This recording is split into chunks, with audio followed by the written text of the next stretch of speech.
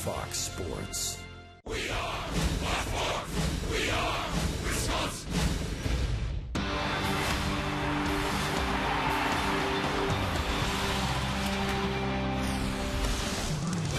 Another 100-degree heat here at Miller Park. Wow, a scorcher, but we've got afternoon baseball. It's the Marlins and Brewers, game 4 of a 4-game series, and a chance for Milwaukee to win it behind this guy, Mike Fiers, as he takes the hill, and he is setting the mound on fire recently as he goes for his 4th win. Mark Buehrle has also pitched very well over his last 2 starts. So it's Buehrle and Fiers on the mound here for game 4. Davey and Craig back on board with you here at Miller Park. And how about Mike Fiers? All the injuries the Brewers have gone through this season. This guy has tossed more than 18 consecutive scoreless innings. Well, he has. And, you know, the thing about it, any ball club, when they call someone up, especially a pitcher, they hope to get that interjection to where he really puts some life. Well, he has done that. He has pitched extremely well, especially over his last 3 starts. I love the way he goes about it, has great command, moves the ball in and out, doesn't mind moving a guy off the plate to set up his changeup and breaking ball. How about that ERA over the last 3 starts? 0.44 for Mike Fiers. He is heating up, and we have summer heat at Miller Park. Record heat in Milwaukee, but could Aramis Ramirez actually be hotter than the temperature?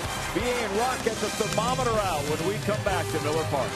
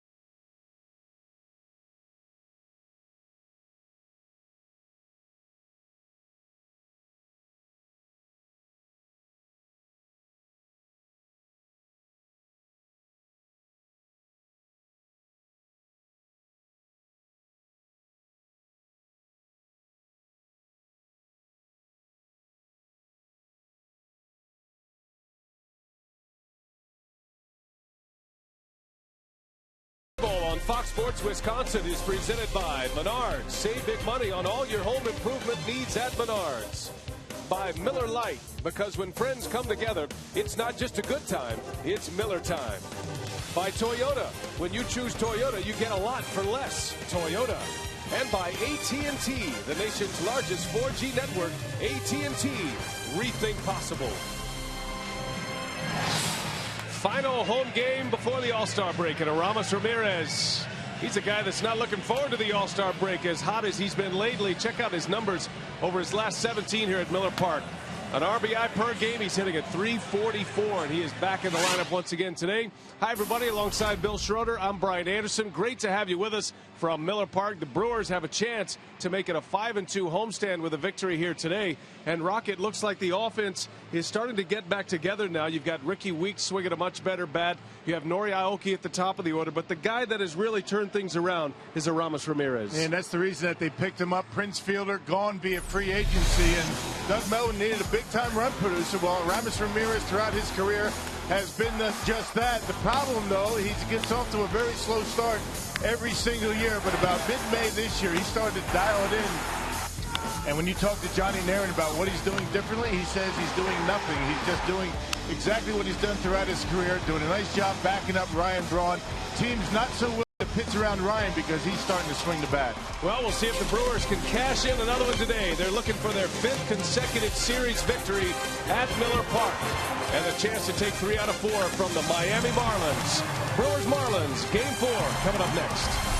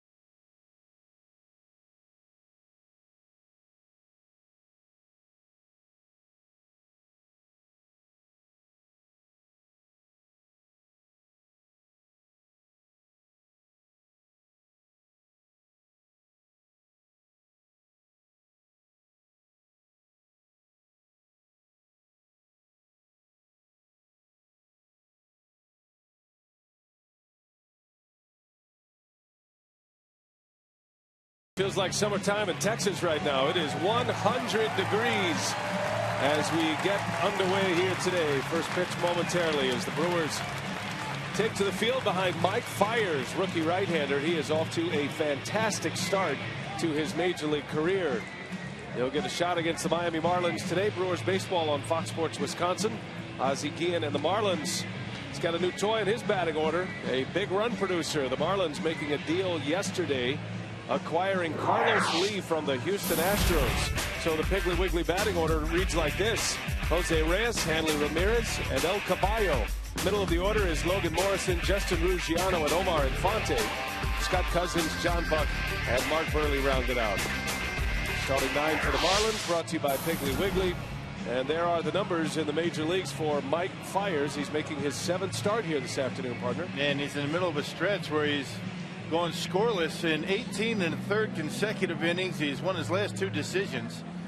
And in that stretch, in his last 3 starts, he's only allowed 1 run. He has been outstanding, throwing a lot of strikes. And here's how the Brewers line up defensively behind Mike Fiers. Braun, Gomez, and Aoki make up the outfield today. Cody Ransom and Ricky Weeks at the Keystone, with Corey Hart and Aramis Ramirez on the corners. And Martin Maldonado doing the catching. The Maldonado-Fiers combination has been a good one. That was the battery in AAA Nashville before the promotions to each. We'll push it up a notch. Another day of 101 degrees as we start play, just like yesterday. Four-man umpiring crew this afternoon. DJ Rayburn will call the balls and strikes. That's the crew chief there, Daryl Cousins, with Ron Kolpa and Dan Bellino joining him on the bases. Well, Rock, the Brewers could wrap up a very successful road trip. It could go from a good homestand to a great homestand with a victory here today. It would mean a 5-2 homestand before they hit the road to Houston to start a series with the Astros tomorrow. Yeah, currently 2 games over 500 here at Miller Park. Finish up here today in a 3-game series in Houston and then take 4 days off for the All-Star break.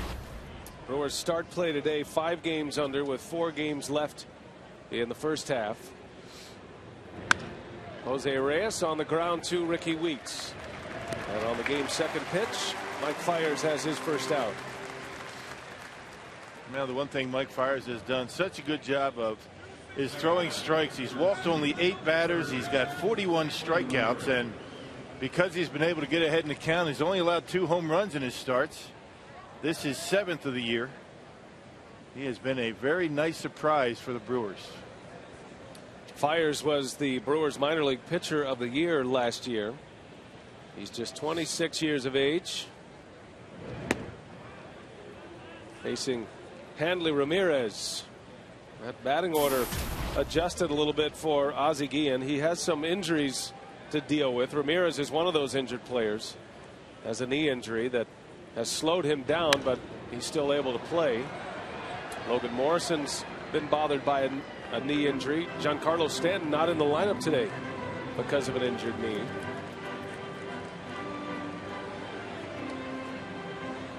And one big bat out of the lineup and one big bat newly acquired for Ozzie Guillen.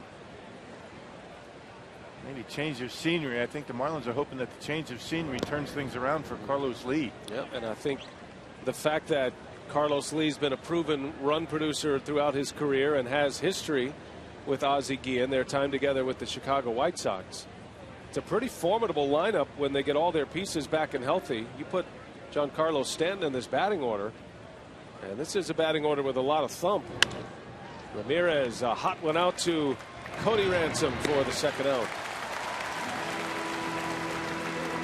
Mike Fiers coming off a career high in his last start. Fiers struck out 10.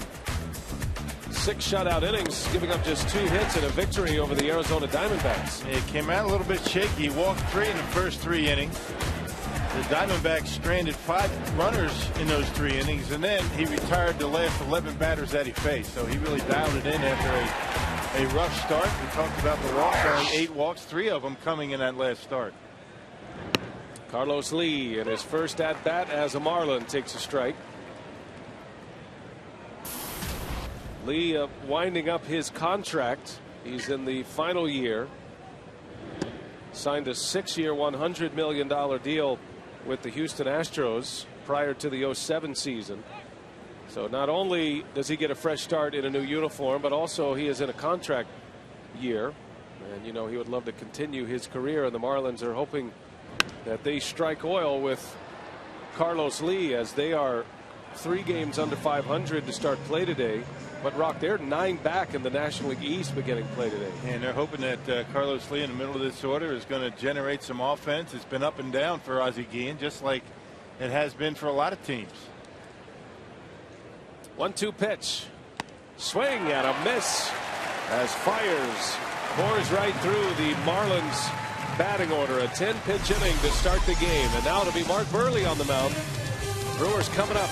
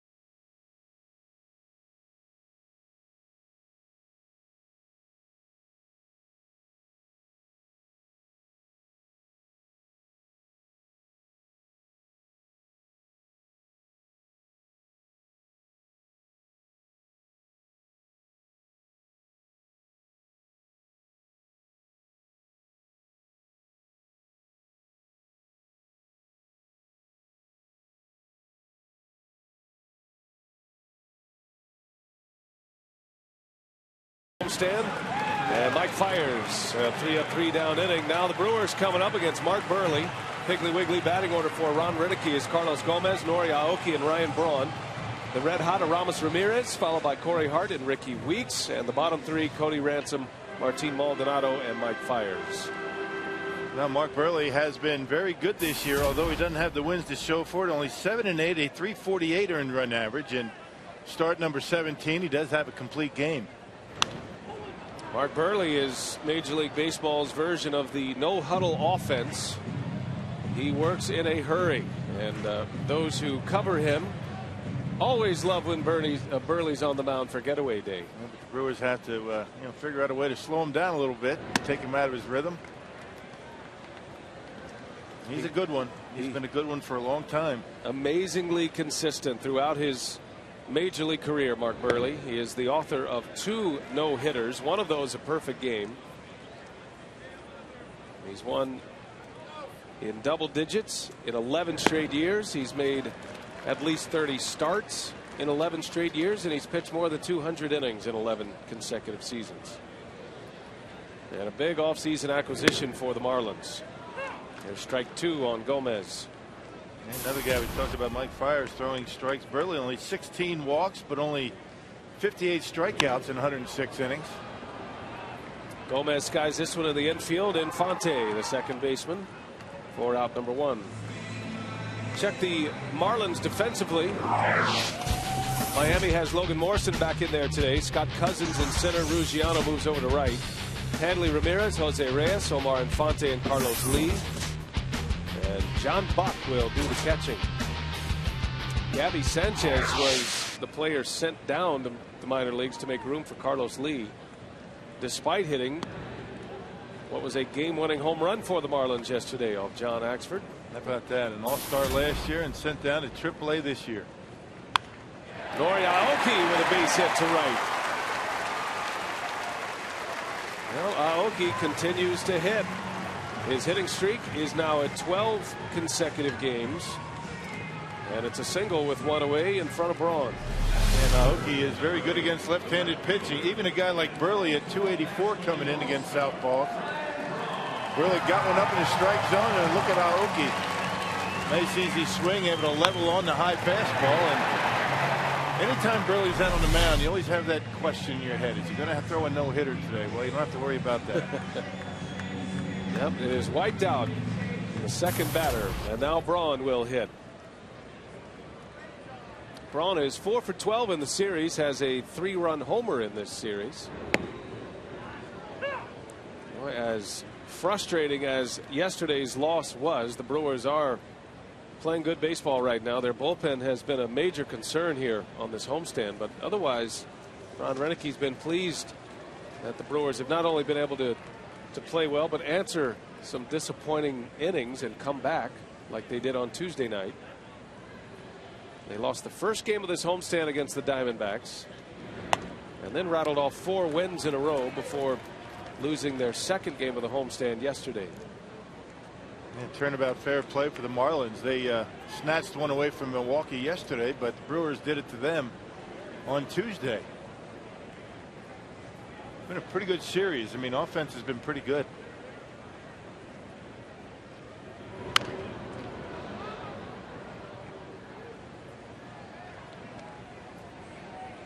Now the Brewers are headed to Houston tonight.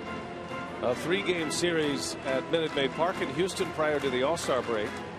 Ryan Braun will head from Houston to Kansas City along with manager Ron Renicky. Those two will represent the Brewers at the All-Star game. Braun will be a starter in left field, and he'll make his 5th consecutive start. I assume he'll be in left field. I guess that could change. That one's hit hard down the right field line, slicing, foul. Boy, so strong, Ryan Braun, as he hammers one, but just a little late, and a foul ball. It's still 1-2. And Burley, a couple of pitches up in the strike zone, got away with that last one. As you mentioned, Ryan a little bit behind that fastball, but had the distance. Burley not a hard thrower, not by any stretch. Keeps the ball down, mixes it up. Throws all of his pitches for strikes and works quickly. He usually gets good defense. 2-2 to Braun.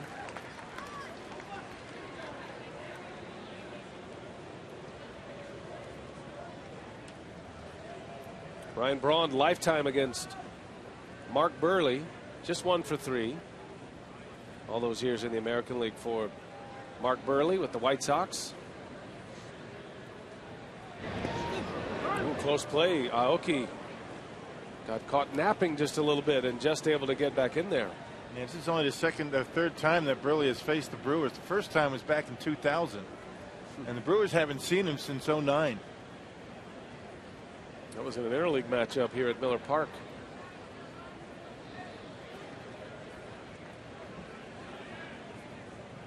Two balls, 2 strikes on Braun.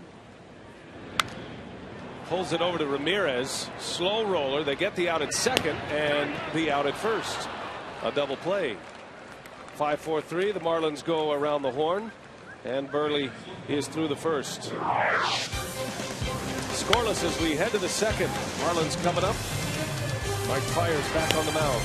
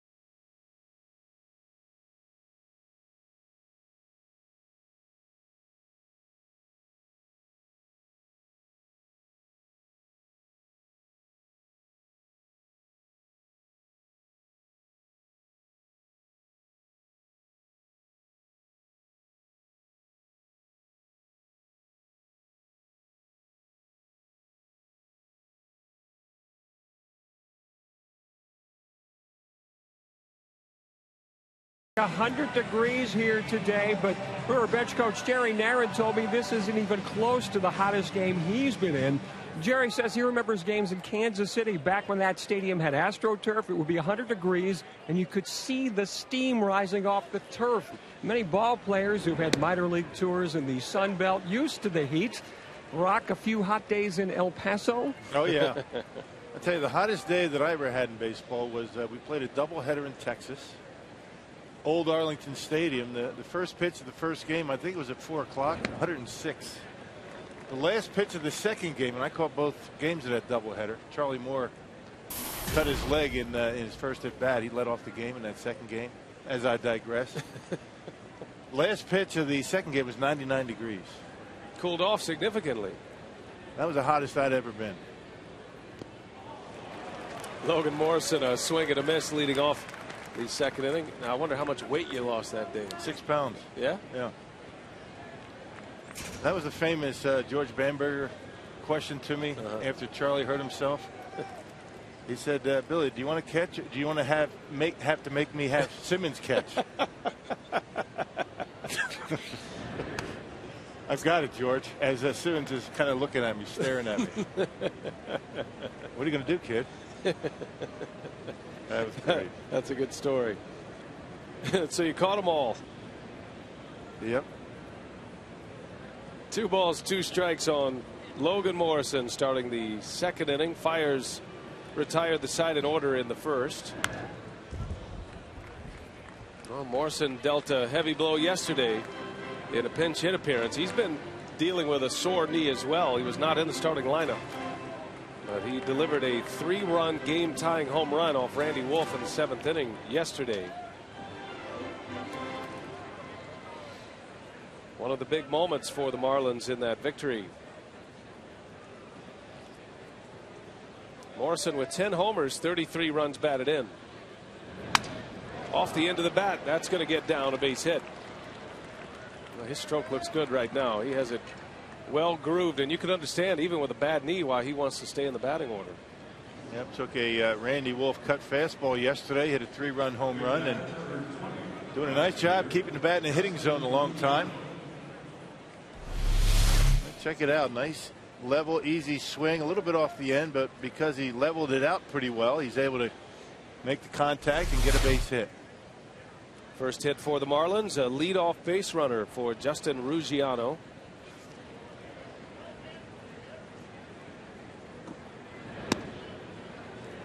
None of the Marlins have ever faced Mike Fiers at the big league level.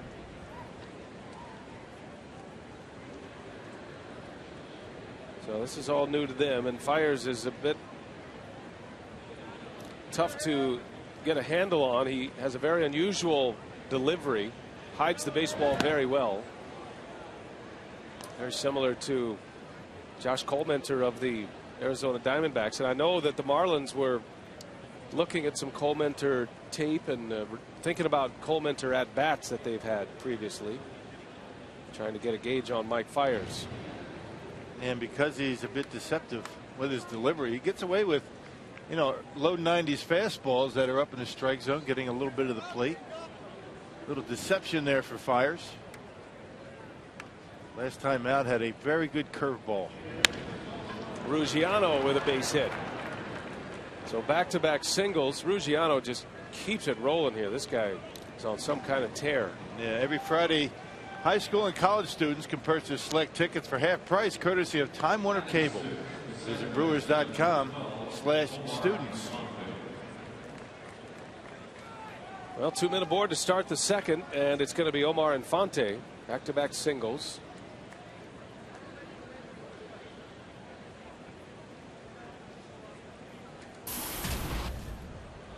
Infante hitting .287, has 7 home runs, 30 driven in.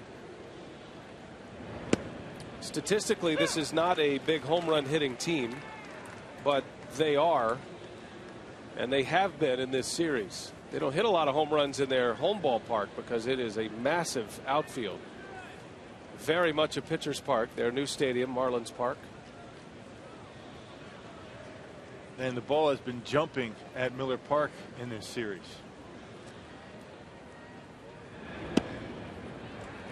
Now the Marlins hit 5 home runs on Tuesday. Brewers hit 3 that game. Ozzie Guillen has seen his team break out the long ball in this 4-game series with the ball jumping here in the hot weather at Miller Park. There's a swing and a miss and a big strikeout for Mike Fiers. He retires Infante.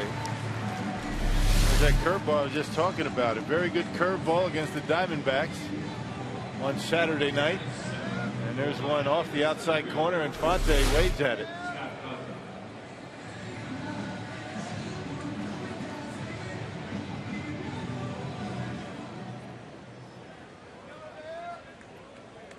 Scott Cousins in center field today for the Marlins. He'll bat with 1 out.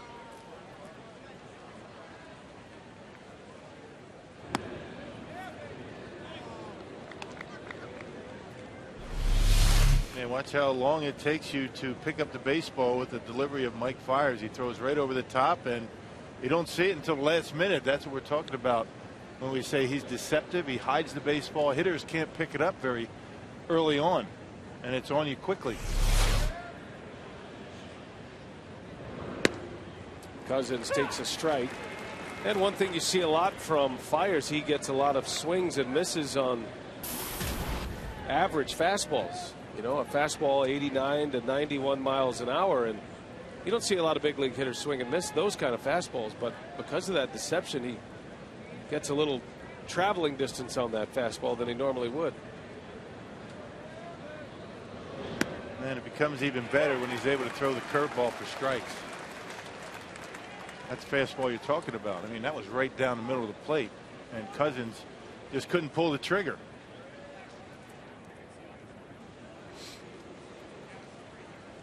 Well, Fiers ahead 1 ball, 2 strikes. He's gotten ahead of him with back-to-back fastballs.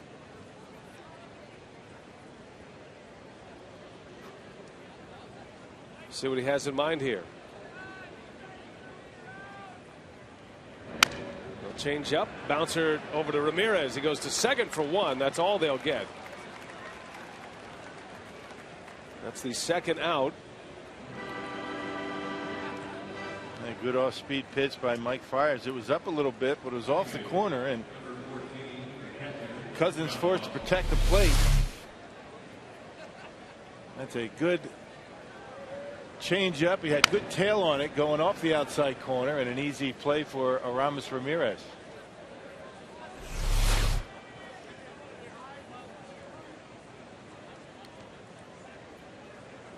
So 2 men are out now. First and third for the Marlins.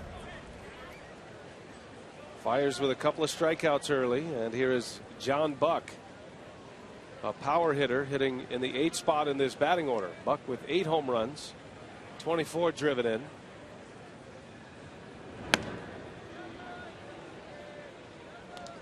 The Brewers a little bit fortunate in this inning that Logan Morrison was the lead runner with that balky knee. One of the things we've seen with Mike Fiers on the mound, he does take a little while to unload the baseball, and teams have been running on him. And we'll see if Scott Cousins is on the move shortly. Yeah, Cousins can run. He can steal some bases, but I guess if he does steal second, then he can pitch around Buck and have Burley up with the bases loaded. The Marlins lead the major leagues in stolen bases with 75. They haven't been able to swipe many in this series.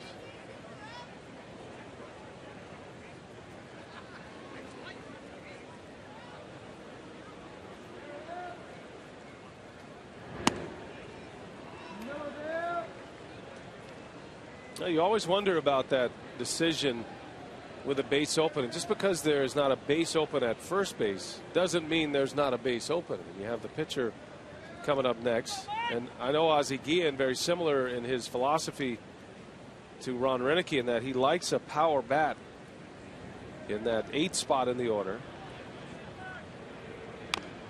That's one of the reasons Roenicke last year had Lucroy batting 8th. It's not so much that Lucroy was a huge power threat, but he was a very good hitter, and he was a threat and could expand his strike zone if need be. Yeah, and ideally you want a guy that doesn't strike out a whole lot.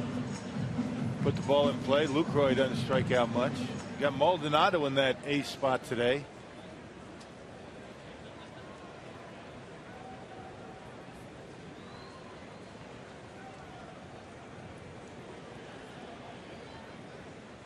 Marlins with 2 on to start the inning. Fiers has a chance to get out of it. 2 outs now, and a 2-2 pitch. And he got him. Fiers strikes him out. 2 more strikeouts for Mike Fiers. There's that fastball we're talking about. It's sneaky fast.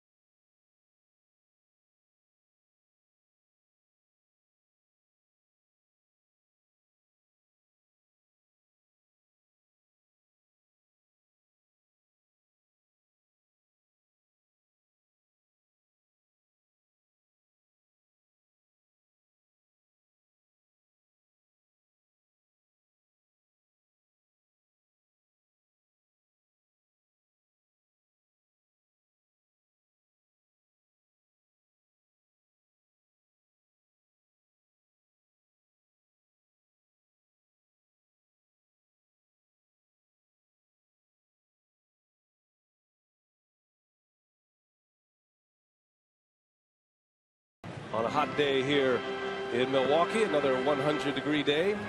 And Aramis Ramirez ready to lead off. Ramirez, we've talked a lot about his bat rock, but his defense has picked up significantly as well.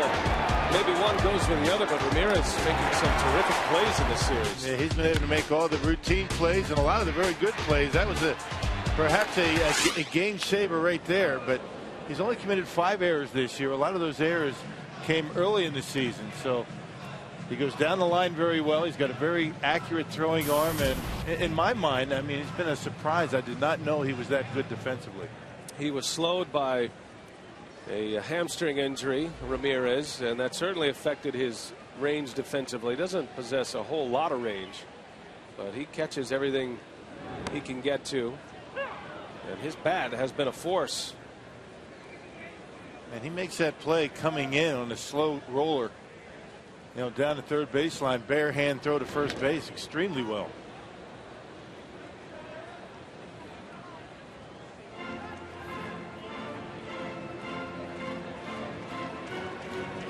That was a good look for John Buck back there. He looks like a transformer behind the plate. Yeah. You like the new color combinations for the Marlins? Yeah. Some excellent artwork on that helmet. He's Bill Schroeder size too, so there's a lot of it. There's a lot of room for paint. You mean a big helmet? Is that what you're saying? Big everything. Yes. Ramirez flies out for the first out. Now, coming up Tuesday, don't miss the biggest event of the summer. Baseball's greatest stars battle for home field advantage in the Fall Classic. The road to the World Series begins with the 2012 MLB All-Star Game, Tuesday, July 10th, 6:30 p.m. Central, and it's only on Fox. Joe Buck and Tim McCarver will have a call for you, and looking forward to the All-Star Game this year. Ryan Braun will be a starter. If I'm not mistaken, Braun is still looking for his first career All-Star hit. So hopefully this will be the year. Appearing in his 5th All-Star game, Ryan Braun. Have you checked out the numbers for Corey Hart against Mark Burley? 2 for 2, 2 home runs. That's pretty good. Yeah. You can't get much better than that. And he walked in his 3 plate appearances. So you could say against a man who has been perfect on the mound that he's perfect at the plate.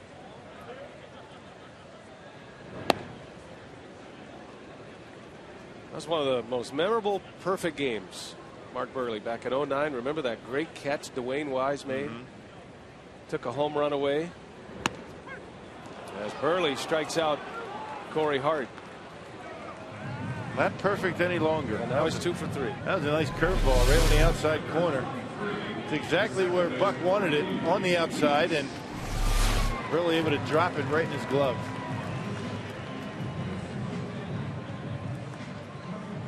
Two men are out. That's the first strikeout for Mark Burley.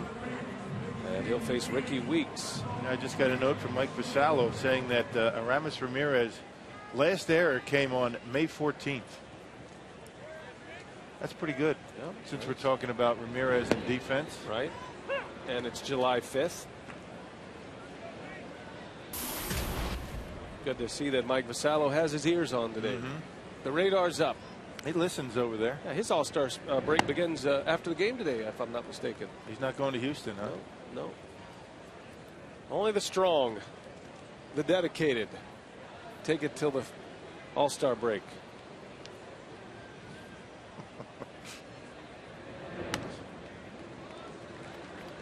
Anybody else you can think of? Looking forward to having Ken Spindler on the road trip with us. We'll be taking him to the Raging Cajun tomorrow.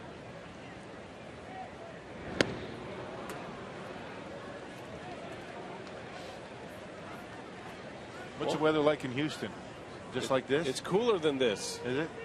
By a couple of degrees.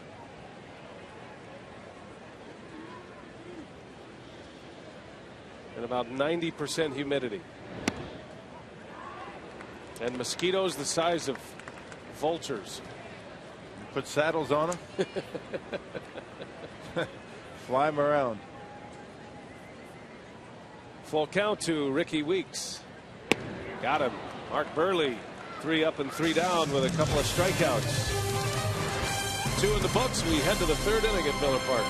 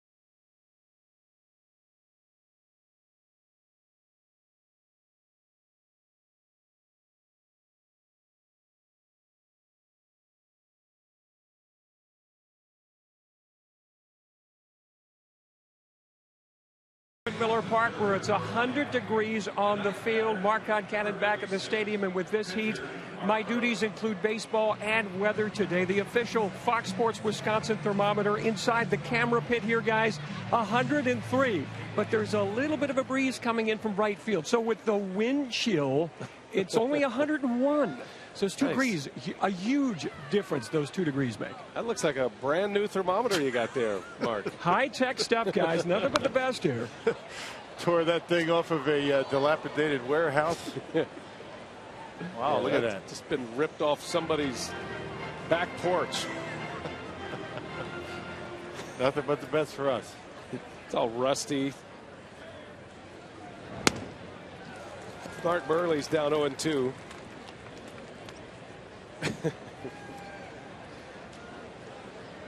Mark Concannon taking it next level. I wonder where he did get that thing. I tell you, he just ripped it off somebody's rocking chair. Buehrle strikes out, and Mike Fiers starting to rack him up once again. That's his 4th K. Speaking of hot, our carsoup.com email the booth question today as Jose Reyes strolls to the plate. Sam and lacrosse. Which of the 4 major sports has the best all-star game?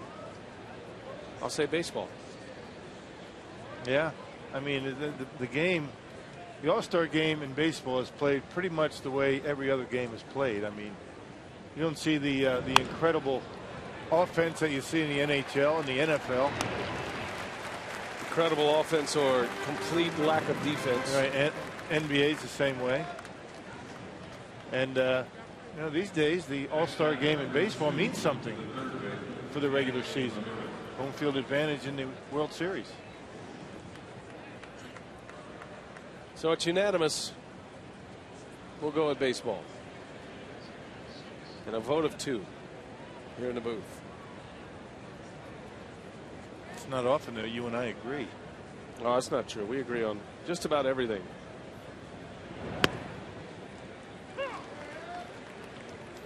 Just about everything you can think of. Including who buys. It's usually Rock. Hanley Ramirez on a ball and a strike. Fiers with 2 quick outs here in the 3rd inning. A perfect name for a day like this. Mike Fiers.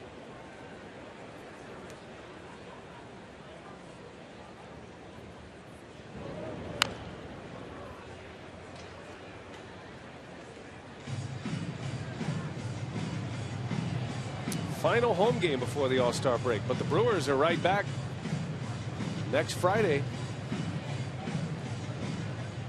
Pittsburgh Pirates, the division leading Pittsburgh Pirates, will be in town.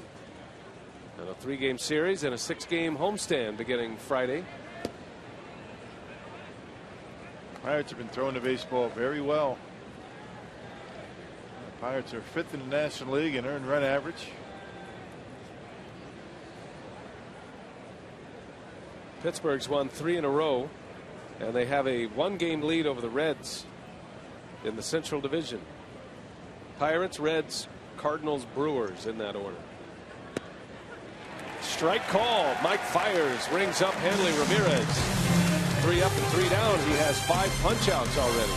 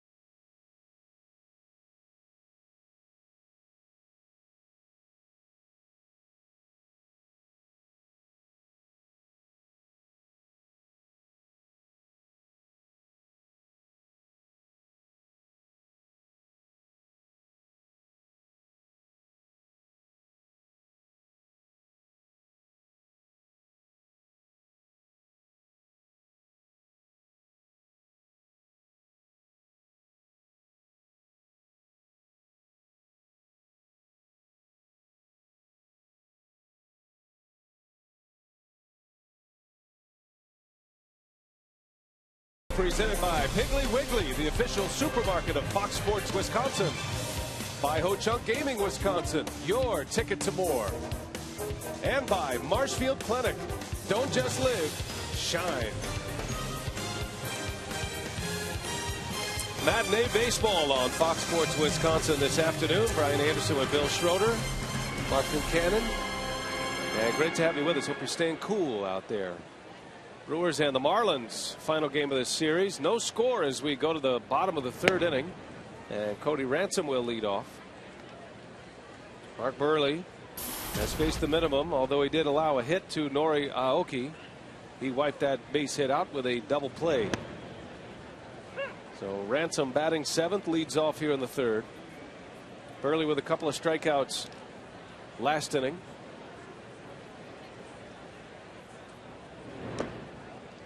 Just has such good control with all of his pitches, Mark Buehrle. Everything on the corners and down in the strike zone. And every now and again he's going to make a mistake. He has given up 13 home runs this year. Ransom has a home run in his career against Buehrle. He is 1 for 5 lifetime, with that 1 hit being a home run.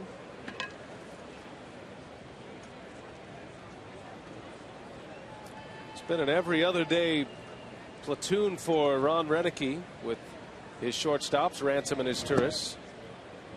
And Ransom, the right-handed hitter, gets to start against the lefty Buehrle. His Turris is a switch hitter. And they have alternated games in the series. Buehrle strikes him out. Took a little off, and Cody Ransom retired. 3rd strikeout in a row for Buehrle. In game number 82 of the season, which means we are technically in the 2nd half of this 162 game schedule. We take a look at the wild card standings for the first time. Top 2 spots, the Giants and the Reds. Top 2 will make it. Brewers aren't on this list. They are 6 back of the Cincinnati Reds, the 2nd spot in the wild card. Remember, there's an extra team in the postseason this year. Yep, a 1-game play-in. And Officially the earliest ever wild card graphic of all time. Has to be. Big news, Rock. Big news. I like it. Six back. We're on top of everything today. At least they are in the truck. That is going to bounce back and forth. That is going to be a one game, as Rock said, a play-in. And then the winner will go play the division champion with the best record. So you get the 3 division champs. And I like that rule. I think more than anything it protects the division winners. Whoever ends up in the 2 wild card spots, they're going to have to play that extra game, going to be forced to use pitching that they wouldn't normally have to use. And it is of note that that wild card winner will then host the first 2 games of the division series. And then the final 3 games will be for the team with the best record. Maldonado just shoots one to right field, a base hit. So the Brewer catcher comes up with the second Milwaukee hit. And he is aboard for Mike Fiers. Yeah, this format with 2 wild card teams kind of makes it a little bit more difficult for the wild card winner to be able to get through the playoffs. There's been a lot of wild card World Series winners lately. Nice at bat by Martin Maldonado, taking the ball into the opposite field. It's one thing you have to do with Buehrle. You can't try and pull him. He's going to pretty much try and get you out of the way. He will show inside, but he wants you to try and pull pitches on the outside corner. Now Fiers up there to bunt and gets it down. Bucks only play his first. Nice bunt. Sacrifice for the pitcher, Mike Fiers. Puts Maldonado into scoring position for the top of the order.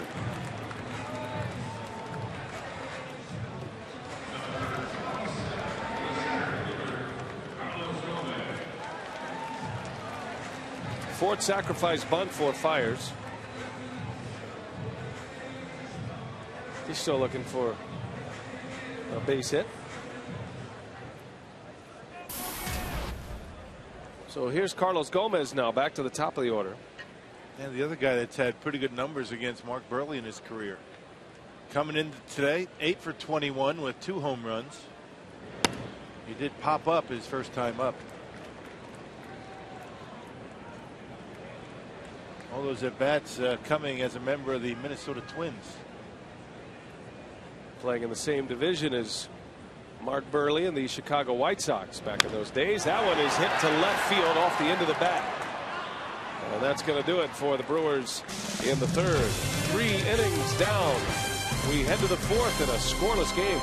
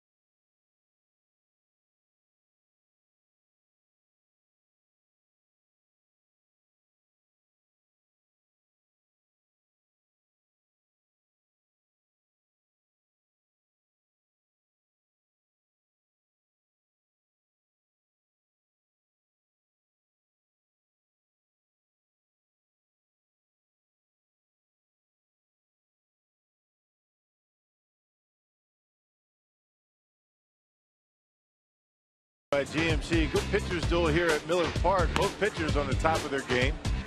Mark Buehrle has giving up a couple of hits, no walks, 3 strikeouts for the veteran left-hander. And Mike Fiers pitching another very good outing. His scoreless stretch reaches 21 1/3 innings. I mean, he has been outstanding. Yeah. That's something. Mike Fiers quickly making a name for himself. In a scoreless game here in the 4th inning, we continue with the Marlins coming up against Fiers. And it's time now to take a look at our Jimmy John's high-speed delivery. Burley and Fiers, their best fastball velocity. Fiers topping out at 90, Burley at 88. Just goes to show you don't have to have that blazing fastball to pitch successfully in the big leagues. It is amazing how much better Fiers' numbers are in the major leagues compared to the minor leagues. In his 10 starts in AAA, Fiers was 1-3 with a 4.42 ERA. In his 7 games in the big leagues, he's 3-2 and a 2.29 earned run average. Carlos Lee leads off, the newest Marlin. To give you an idea of how good Fiers' stuff is, he struck out Carlos Lee in the 1st inning. Lee is the hardest to strike out in the major leagues. He only strikes out about every 16 plate appearances. And that was the case when he was a Brewer for about 1.5 years. He's very good at driving in runs. A guy at third, less than 2 outs, always was able to make contact. There's always been a guy, at least in his past, with big home run numbers, very low strikeout totals. Last couple of years have been a bit of a disappointment for Carlos as far as the power numbers go. Carlos Lee has just 5 home runs this year. Hits that one hard down the left field line. Braun on his way to the wall. Lee on his way to second. And it is a leadoff double for Carlos Lee, his first hit as a Florida Marlin, a Miami Marlin. It's twice. Twice in 4 games, not bad. 16th double of the year for Carlos Lee, and that was a slider down the middle of the plate. I mean, Carlos Lee can handle anybody's slider. It's those big fastballs and a good changeup down in the strike zone. The Brewers had some success against Lee as a member of the Astros. That slider was right down the middle. He can't throw that pitch to Lee.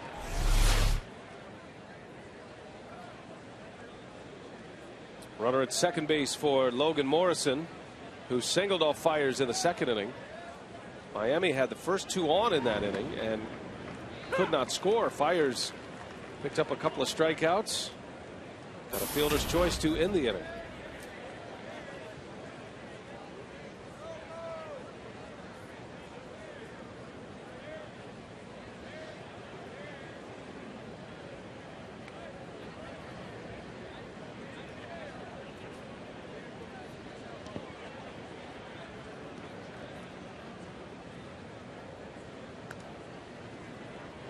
They're talking about the wild card this year. Had some questions about how the wild card will shape up, and I mentioned that the wild card teams, whoever wins that wild card play-in game, will host the first 2 games of the division series this year. It's a little bit unusual, and that'll change next season. As Morrison fouls that one away. Because there are still 16 teams in the National League and 14 in the American League, instead of waiting until next year when it's 15 and 15 as the Astros move to the AL, they went ahead and inserted the 2 wild card format this year. But then that created some logistical problems with travel and the space of the schedule, the timing.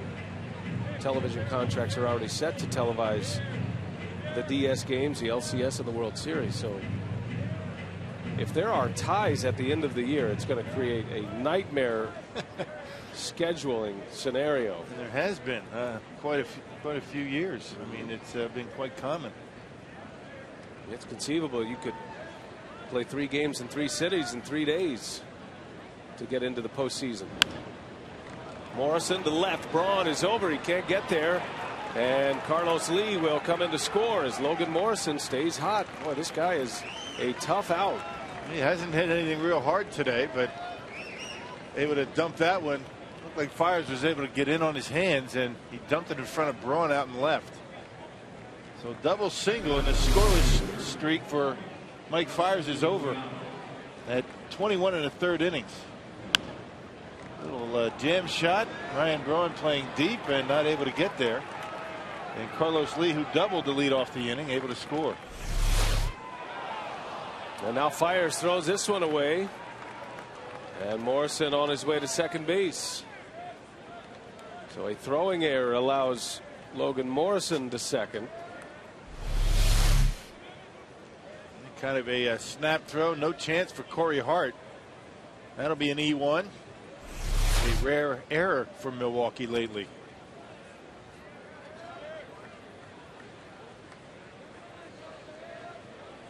Justin Ruggiano, who singled his last time up. Marlins lead 1-0 now. It's the first run Fiers has given up since June 16th against the Twins. And he only gave up 1 run in that game. That was his first victory. I beg your pardon, his second victory. His first victory was against the Dodgers in his first start. Quite a debut at Dodger Stadium.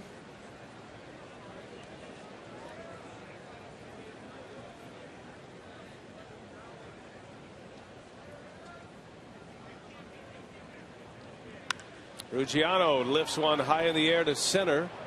Gomez back at the track, makes the catch. Morrison's going to tag. Here comes the throw. Way off the mark. And Morrison safe at third. He's got a gun, doesn't he? He's got a good arm, but once in a while it'll be a little bit erratic like that last one. He tried to airmail that one all the way from the center field fence to third base.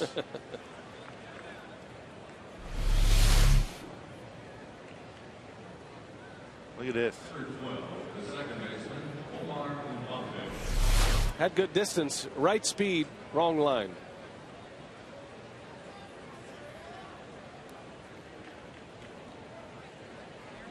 Well, that error by Fiers allowing Morrison to advance to second, and now at third base means the Brewers are going to bring their infield end here with 1 out. Omar Infante, a strikeout victim his last time up. Fiers got him on a big sweeping breaking ball. Pops him up this time. Weeks got a long way to go. Backpedaling. Makes the catch, and Morrison will hold his ground. Second out.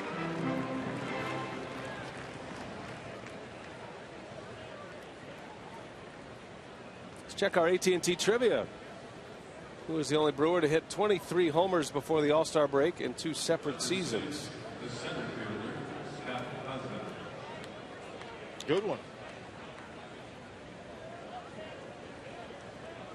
How about Gorman? Maybe Gorman. How about Ben Oglivie? Those guys were a 40 home run guy. Trying to go back a little ways. Maybe get some Gorman Thomas chatter going. Yeah, we haven't had a lot of big spike conversation lately. Haven't seen him at the ballpark. I saw him Friday holding court down there with Jim Gandler. Was he? He looked good. He looked spry. He's bouncing around now.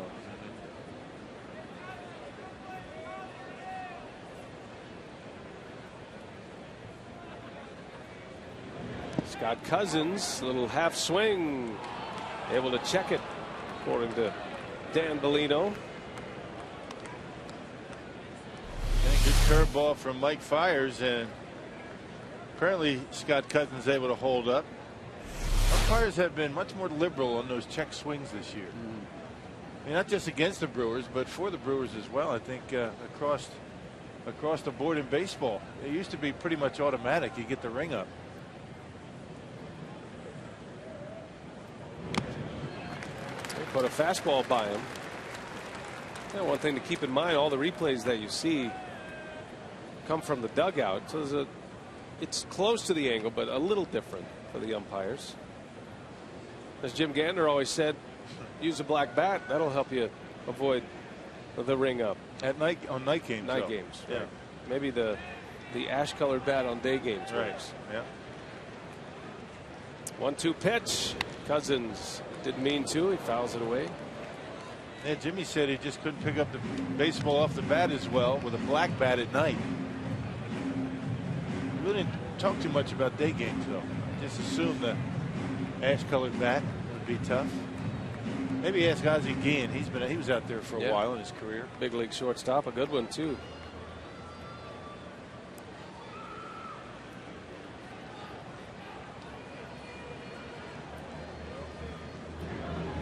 Swing and a miss. Fires, strikes out Cousins, and works out of another jam. He does give up a run. 1-0 Marlins as we head to the bottom of the fourth. Nori Aoki will lead off when we come back.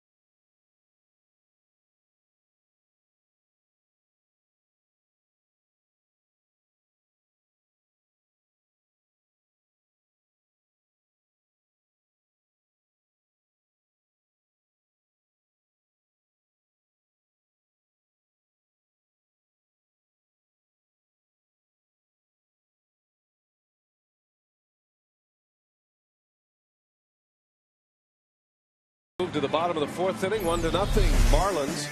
Aoki with a base hit off early in the first, extending his hit streak to 12 consecutive games. And look at the numbers during the streak. He's hit for a .409 batting average. He's had a number of big hits, big bunts, had a squeeze bunt that won a ball game here Monday night. He's been getting on base, stealing bases, and scoring some runs. I think all this shuffling around in the batting order for Ron Roenicke, I think he's finally found a batting order that he's pretty comfortable with. Just trying to find that number 2 hitter, solidify that. Aoki as a leadoff hitter has been pretty good.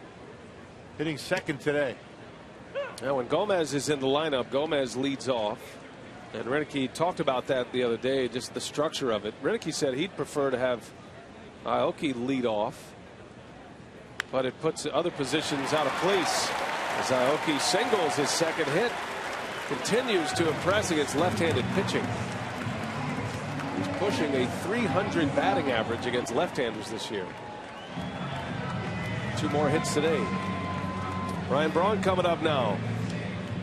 In our AT&T trivia, if you answered Ryan Braun, of course Braun has 23 home runs this season. So if you're up on the current stats, that gave it away, but he did it in 08. He's done it again in 2012, where he has hit at least 23 homers before the All-Star break. So big spike is out of luck.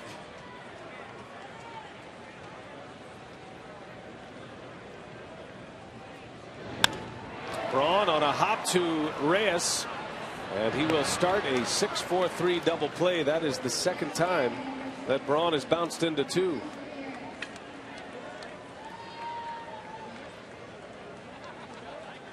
And Mark Buehrle will bend, but he won't break. I mean, he's a guy that gives up a lot of hits, 106 coming in.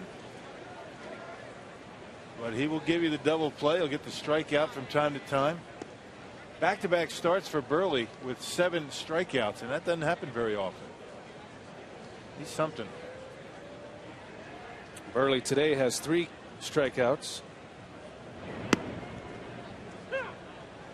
That is twice he has faced Ryan Braun with a man on base, and twice Braun has bounced into double plays. Burley is coming off back-to-back wins. He has decisions in all but one of his starts this year. As Ramirez slices one in the gap, right center.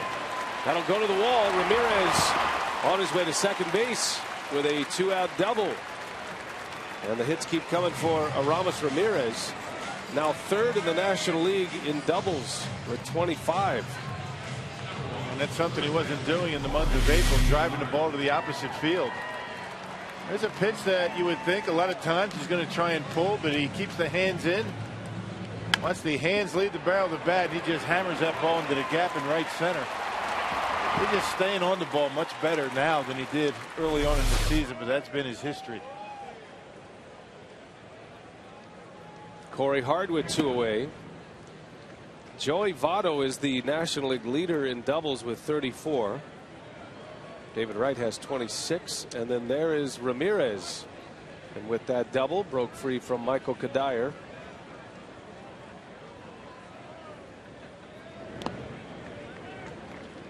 See if the Brewers can cash it in here.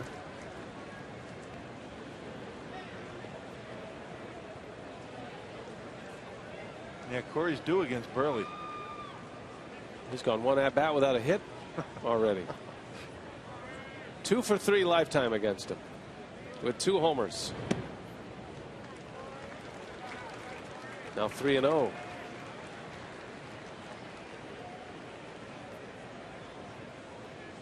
He will be swinging 3-0. If he likes it, he's going to go. Brewers trail 1-0. Marlins just scored in the top of this inning. And Hart takes a little off-speed pitch, a little change-up from Burley. 80 miles an hour. He knew he was going to be swinging 3-0. Is that what they call the dead fish fastball, maybe? Yeah, dead fish. BP fastball. Pete Vukovich used to call it the dead fish. Why? I don't know. Hart rips one to left, a base hit, and Ramirez will hold at third base. Good idea. Hit that one just too hard, did Corey Hart. It's a rope into left, a one hopper to Logan Morrison, and no chance. Ramirez not running all that well. He would have been an easy out at home plate. Just sees the ball very well against Mark Burley. A cut fastball. Corey hammers it into left, and there's no way you send Aramis Ramirez on that base hit. He would have been an easy out at home plate. Eddie Cedar has to hold him up. So here's Ricky Weeks.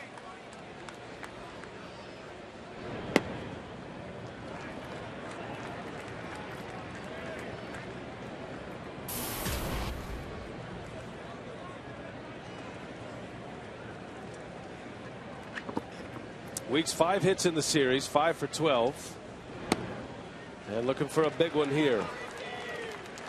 Brewers have 3 hits in the inning. But Burley has a chance to get out of it.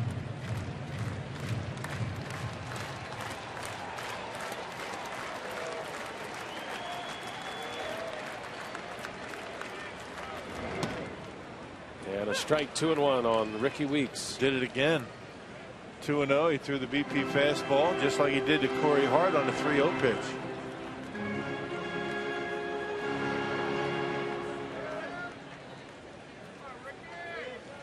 That's the name of the game, changing speeds. Burley does it very well. And threw the same pitch to Corey Hart. Hate to be repetitive, but he went back after the BP fastball to the cutter. Corey hit it to left for a base hit. Ricky fouled it off.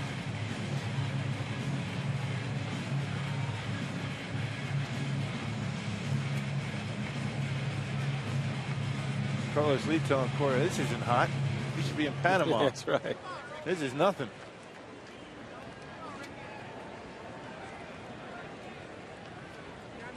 First and third, 2 men are out. And a 2-2 from Burley. Weeks fouls it away. Went up the ladder for one.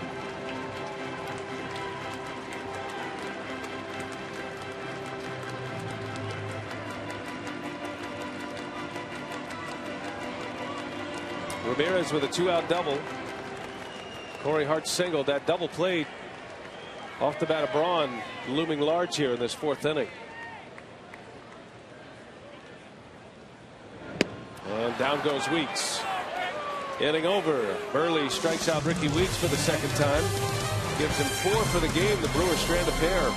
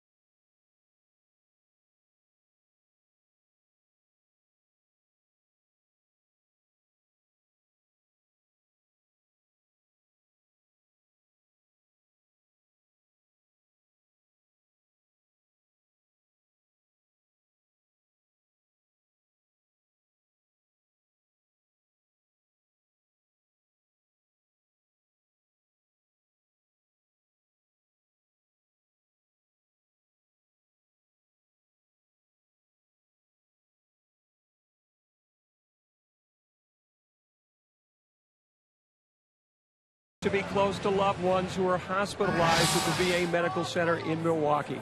Currently, vets from 23 different states of all generations travel to the VA Center for treatment at the Spinal Cord Injury Center, while 8,000 Iraq and Afghanistan war veterans are getting treatment here in Milwaukee. Because of the great need, the future Milwaukee home will be one of the largest built in the U.S. Groundbreaking for Fisher House, Wisconsin, set for 2013. To donate, fans encouraged to go to brewers.com/5K fundraising. A great service for injured vets, guys. All right, Mark, thank you. And it is indeed. And looking forward to seeing the progress of the Fisher House and how that moves along. Certainly we'll stand behind it. Yeah. And Jonathan Lucroy and I, a few weeks ago, went to visit the VA hospital here in Milwaukee. John Buck sends one out to right center. Gomez will make the play for out number 1. Jonathan Lucroy is very good about that. You know, military type programs, events, he's all in. He is a very charitable guy, Jonathan Lucroy. A lot of it comes off the grid as well. Lucroy was out running the bases earlier today. We spotted him going first to second, first to third, and he is a guy that will do all he can. That broken hand is recovering well. And Jonathan Lucroy hoping to be back shortly after the All-Star break.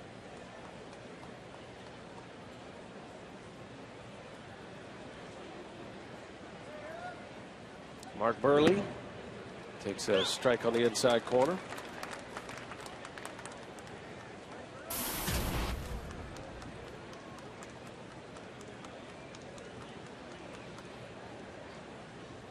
Fire struck him out in the 3rd inning.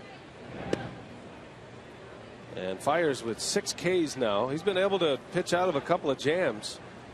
Although he gave up a run in the 4th. He worked out of a jam in that inning, stranding a runner eventually at third base in that frame. Burley down swinging. Maldonado has to secure it at first. No problem. 7 strikeouts for Fiers. Hey, today's Tavern of the Game winner is the Fountain Tavern in Oshkosh, if they call the Brewers. In the next 24 hours, they get 40 Miller Lite beer pen tickets. This offer courtesy of the Tavern League of Wisconsin and Miller Lite. Good looking sunburn rocking there. So he just decided to go shirtless today, even things up. Yeah, just completely give up. Unless that is a shirt. Hope he has sunscreen. Doesn't look like it though. No, doesn't look like it at all.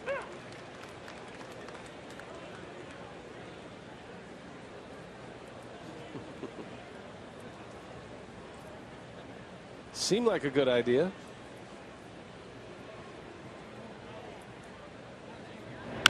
Reyes to center. And a base hit. 2-out single for Jose Reyes.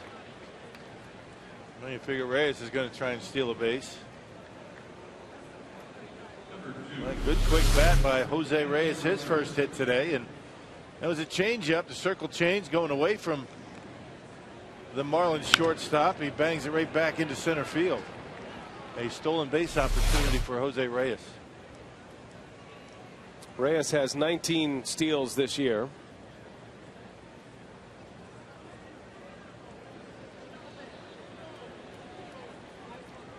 Has been caught 4 times. Maldonado has a great arm, but fires.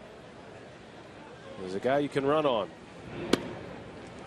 And I think it's a balance. I know Rick Kranitz and Ron Renicky have talked to Fires. They're working on it. But the one thing you don't want to do is be so cognizant of the runner at first base that you change what you do on the mound and don't make the kind of pitch you need to make. I mean, if you try and be too quick, you're not used to doing that. You're going to leave everything up in the zone, and then Ramirez hits one out on you.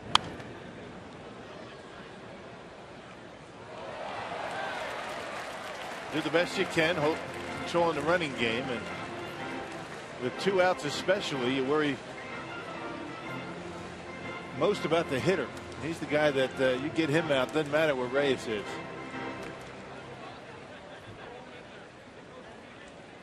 Reyes staying put. Now 0-2 on Hanley Ramirez.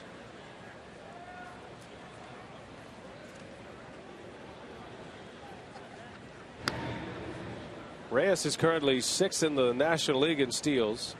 D. Gordon is the league leader and looks like he's going to miss some time now. He injured himself yesterday on a stolen base attempt. Had a thumb injury, and it looks like it's a pretty bad thumb injury as well. He's going to miss some time for the Dodgers. One of the top base stealers in the league plays for the Marlins, but he's hurt. Emilio Bonifacio.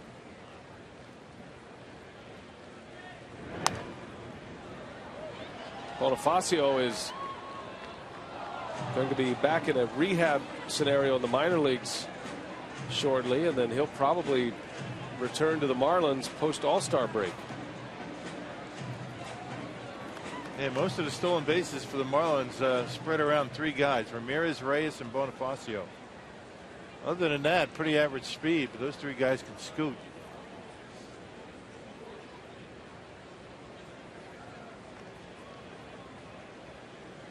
Bonifacio with 20 steals. He is still 4th in the league despite all of his time on the disabled list. He's only played in 39 games this season and had 20 steals.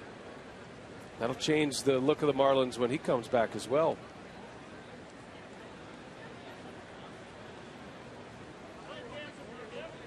No balls, 2 strikes on Ramirez. There he goes. And the throw to second, no chance to get Reyes. He got a great jump. I mean, you knew it was only a matter of time. I was surprised he didn't take off in the first 0-2 pitch. I was thinking pitch out perhaps. But he can run. Man, those are the guys, you know, if you're catching and you know he's going to take off. Those are the guys, they're going to get their stolen bases. It's the other guys you have to throw out. Can't get too upset with yourself with Reyes and Bonifacio, guys like that stealing bases on you, because that's what they do. It's the average base stealers. Those are the ones you got to get. Well, now the Marlins have Reyes in scoring position. 1-2 to Ramirez. And he lays off.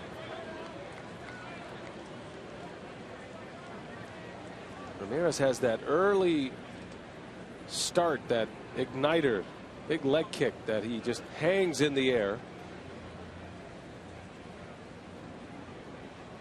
Yeah, the timing mechanism, but important when a guy does that he has the foot down before he starts to swing.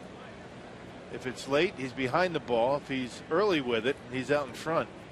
Reyes goes, swinging a bouncing ball in the hole, got a long throw, and it is in time to get Ramirez. Wow. A run would have scored had Ramirez made it safely. Reyes never stopped. But it's an out. Bang, bang play at first base. And Fiers puts up a 0.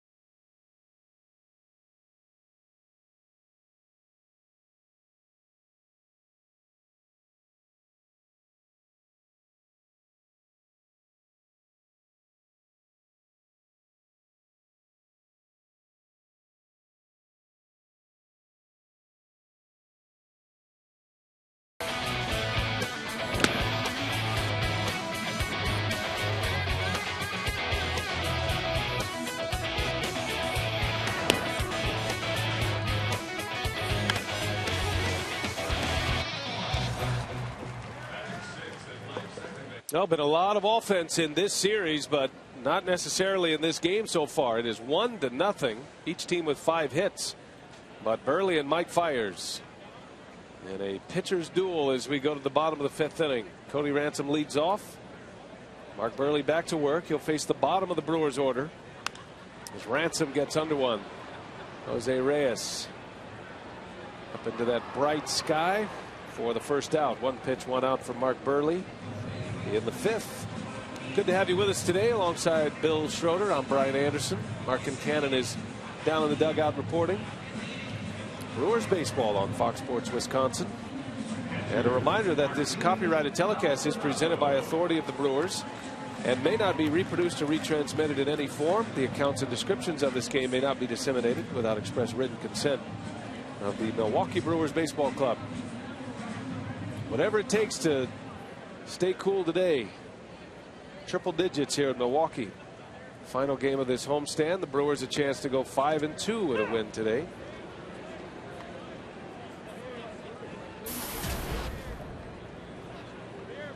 Martin Maldonado with 1 away.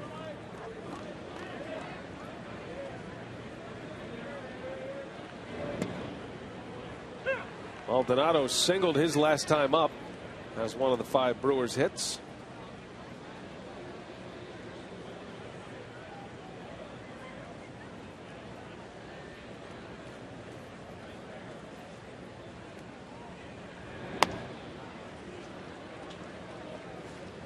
Maldonado's updated batting average is .268.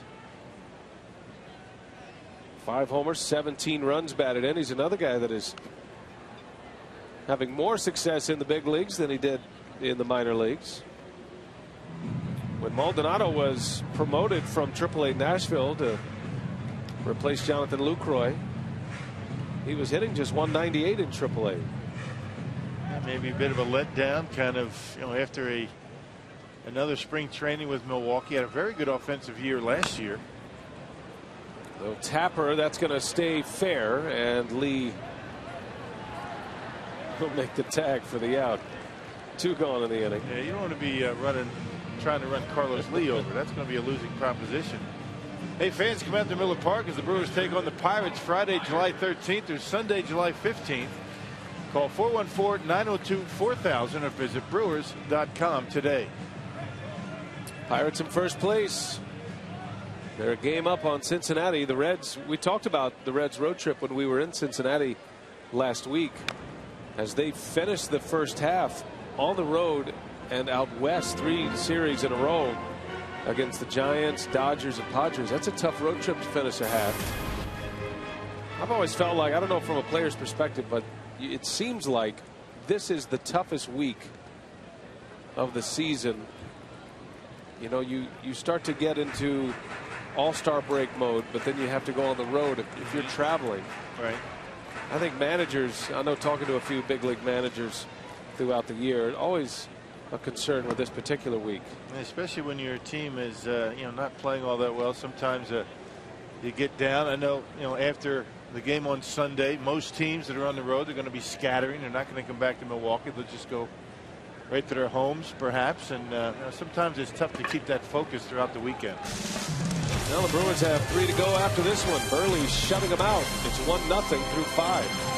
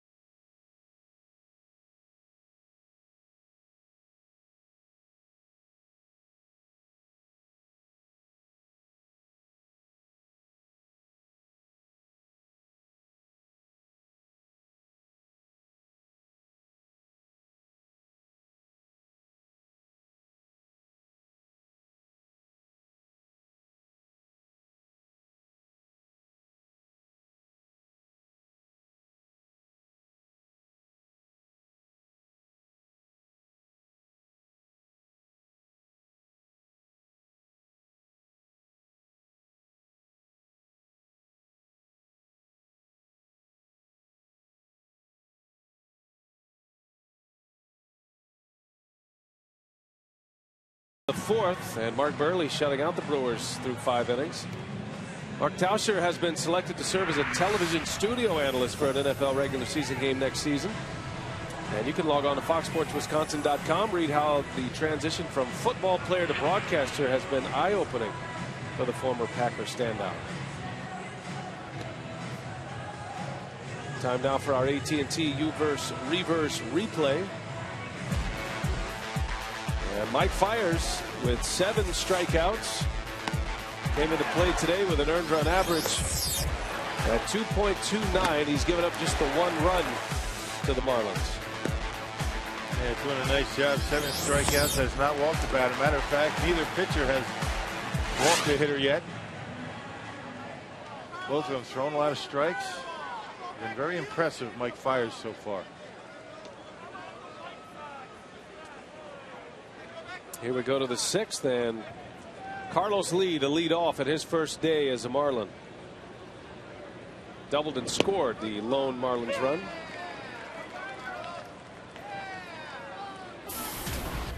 El Caballo, Carlos Lee.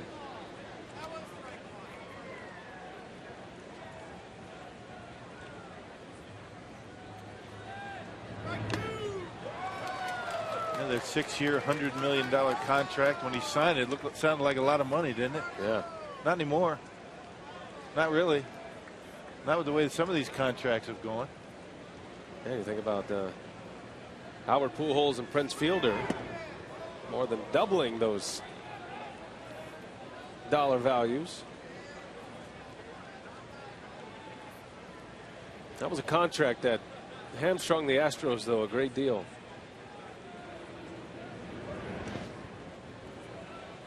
Lee had a couple of productive years early. As a matter of fact, he won a Silver Slugger Award his first year in Houston. He was an all-star that year. 32 homers, 119 runs batted in. 3 times he drove in 100. That was all in the first 3 years of his contract. Into right center, Aoki will ease his way over. And Lee is out. 1 gone in the 6th. I don't know if you saw this, Rock. Last night, Hiram Burgess pitching for Huntsville against Chattanooga. Picked up his 4th win of the year. 6 innings. A couple of earned runs. He's a guy the Brewers have their eyes on. He's on the radar. Talented young pitcher.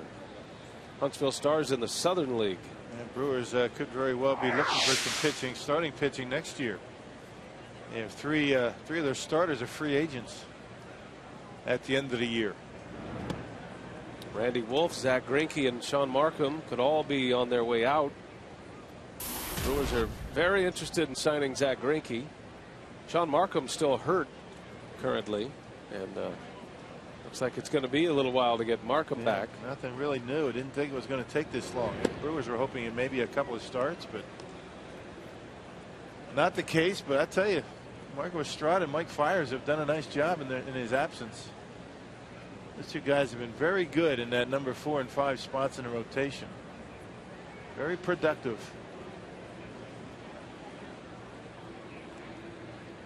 Well, if you're a young pitcher in the Brewers minor league system, the chance is probably going to be there for you. Morrison pulls one foul. And we saw Tyler Thornburg already this year. He made 1 start for the Brewers. He's been one of the top pitchers in the minor league system. You got a number of guys who are big prospects down at the single A level. Guys like Jed Bradley and Taylor Youngman. Both first-round draft picks last season.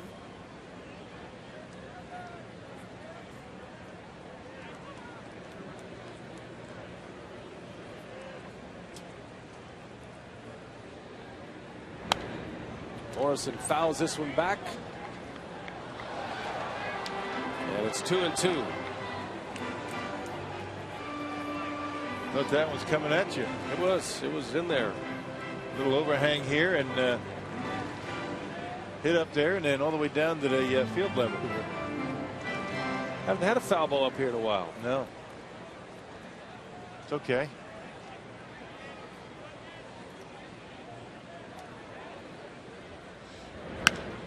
Morrison in the left, playable for Braun. Morrison retired for the first time today. 2 up, 2 down for Mike Fiers.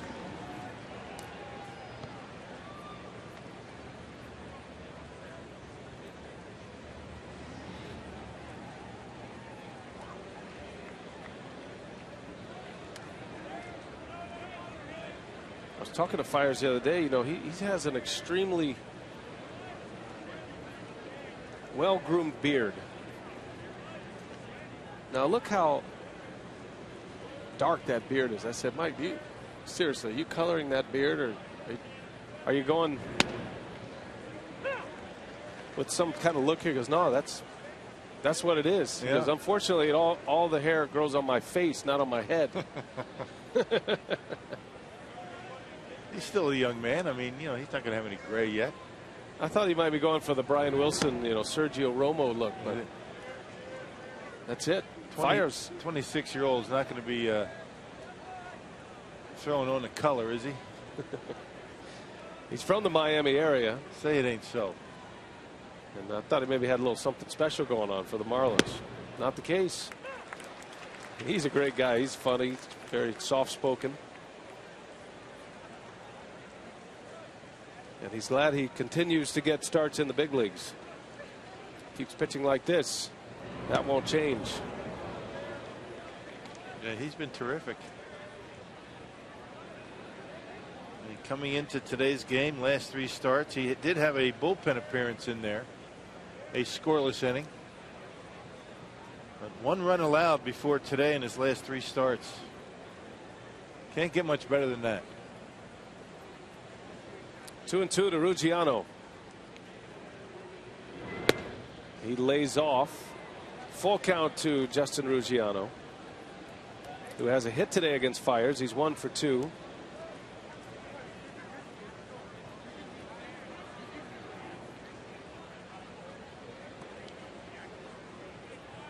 Ready for a payoff pitch, and he swings. He tied him up. Fiers strikes out Ruggiano on a changeup, and now 8 punch-outs for the game.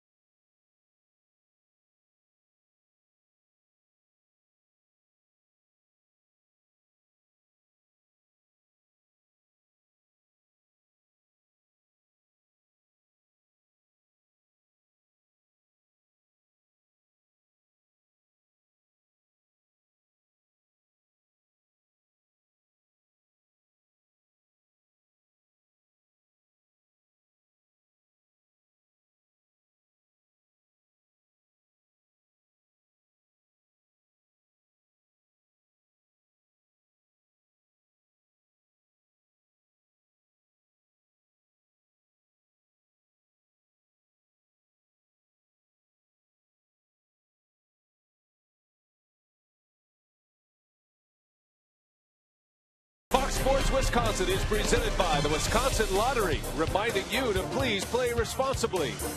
And by the new Miller Lite Punch Top Can. It's Miller time. Miller Park on a Thursday afternoon, final day of the homestand. The Brewers are headed to Houston tonight, starting a series with the Astros tomorrow, the Carlos Lee-less Houston Astros. That's because Lee's here in Miami playing for the Marlins. Carlos Gomez leads off. Brewers are back to the top of their order with Gomez, Aoki, and Braun trying to solve the riddle of Mark Burley at this point. I guess the face of that franchise right now, talking about Jose Altuve, huh? Yeah, he's an all-star for the Astros. What is it, all 5'6" of them? That might be a bit generous. It's an amazing story. He goes from the Futures game to the all-star team in the major leagues. That's a rare combination. The guy can hit, though.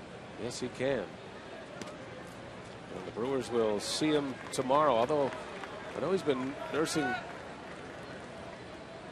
hamstring injury, I believe. I have to check on Altuve's availability.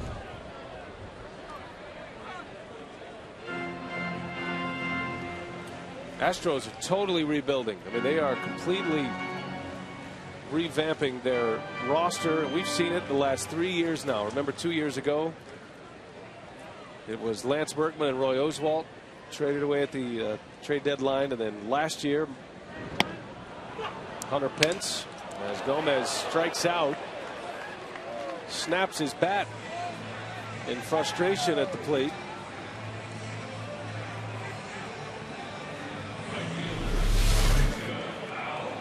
There's that slider down and in. I mean, just a number of different pitches that he'll throw at you at any time, and a lot of frustration for Carlos Gomez, who's had pretty good success against Burley until today.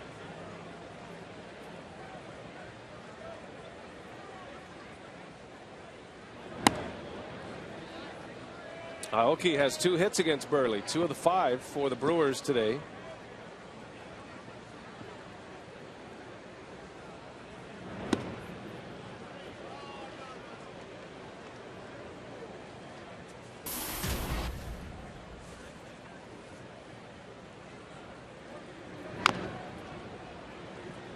Both times Aoki has reached, Furley has gotten Ryan Braun to bounce into double play balls. Furley's been able to work around the big bat of Ryan Braun. 2-1. Aoki into left field. Back is Morrison. Out number 2. Furley has retired 6 in a row now. The last Brewers hit was Corey Hart in the 4th.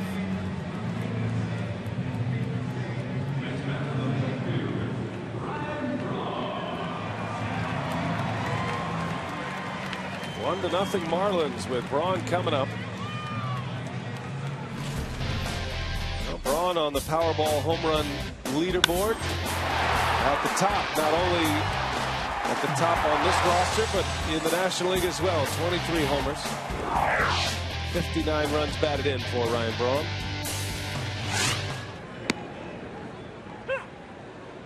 Has been able to keep him off balance. First 2 at bats, got him on the handle his first time up, and then down on the end for a double play in the 4th. Braun skies this one to right. Playable for Ruggiano. Mark Burley is locking down the Brewers right now. We go to the 7th inning, still 1-0 Miami.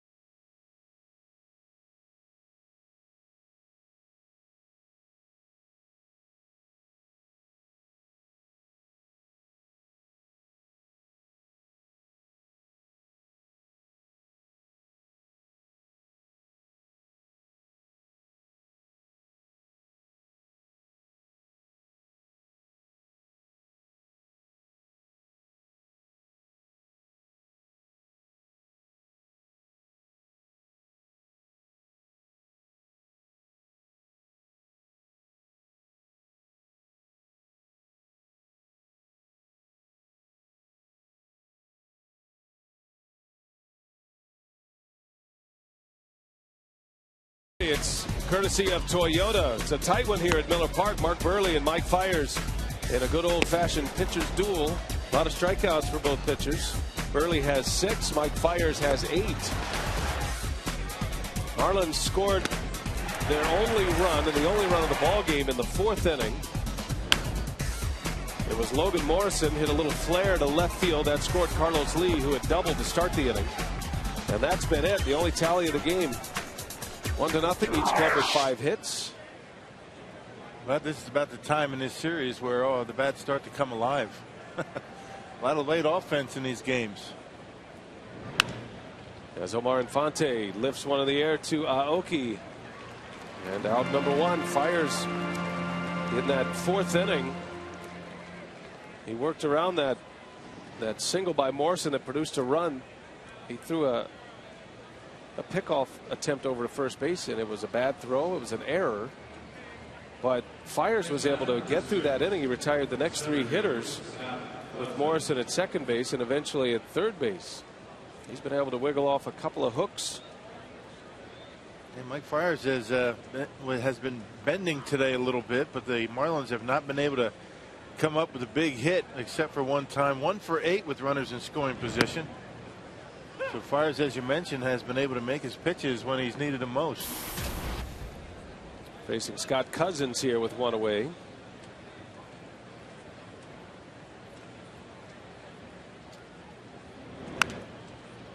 Cousins has been at the plate in 2 big spots in this game. He was up with 2 on in the second inning, rolled into a fielder's choice. And then he was at the plate with Morrison at third base in the 4th. Fiers struck him out to end the inning.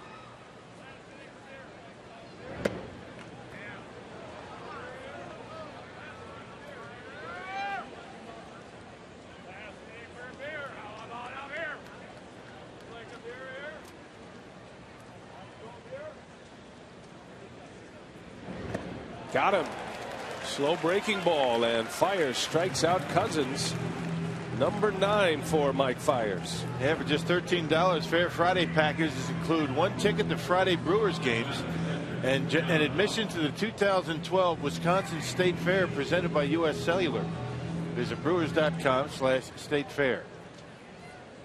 2 up, 2 down here in the 7th inning, and John Buck will hit the Marlins catcher.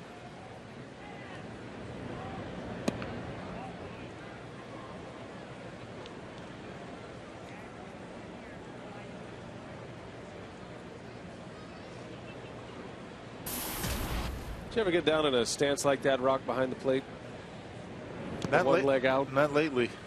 Back in the old days, I could do it maybe once or twice a game, but catching BP once in a while. But you're kind of vulnerable when you do that. Yes, you are. You know, a little too vulnerable. You're really not protecting yourself all that well.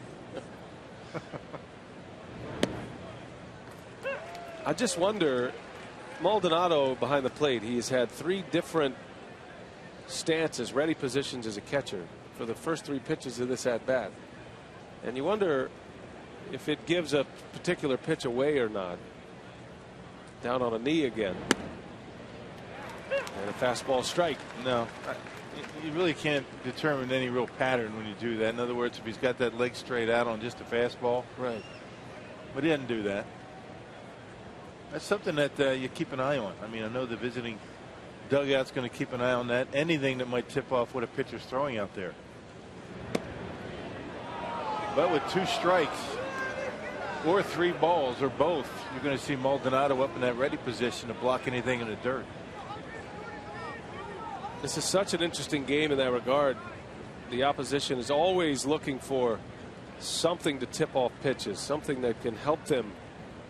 And it can be something like an infielder or a catcher's position.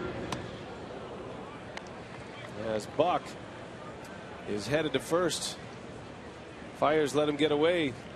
Well, he wasn't going to throw him anything down the middle, not with Burley on deck and 2 outs. He went with the curveball. If he walked him, so what? Runs are at a premium here today. One mistake could cost you the game. The way Burley's throwing, 1 run seems like a lot at this point. Yeah, it does. So Burley will bat now. Does have 2 hits this year. He's 2 for 39. And Fiers deals him strike 1. Fiers has struck him out the first 2 times.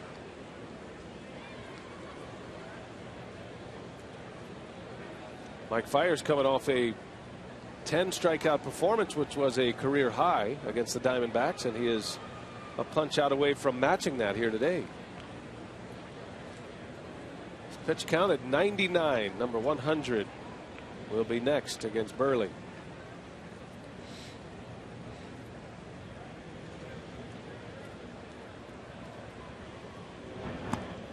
Slow curve in there for a strike.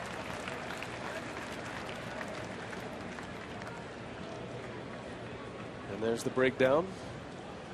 Strikes to balls. You figure you get another inning out of Fiers. You let him get out in the 8th unless the Brewers get something going. It's going to be a while before Fiers' turn at bat comes up again.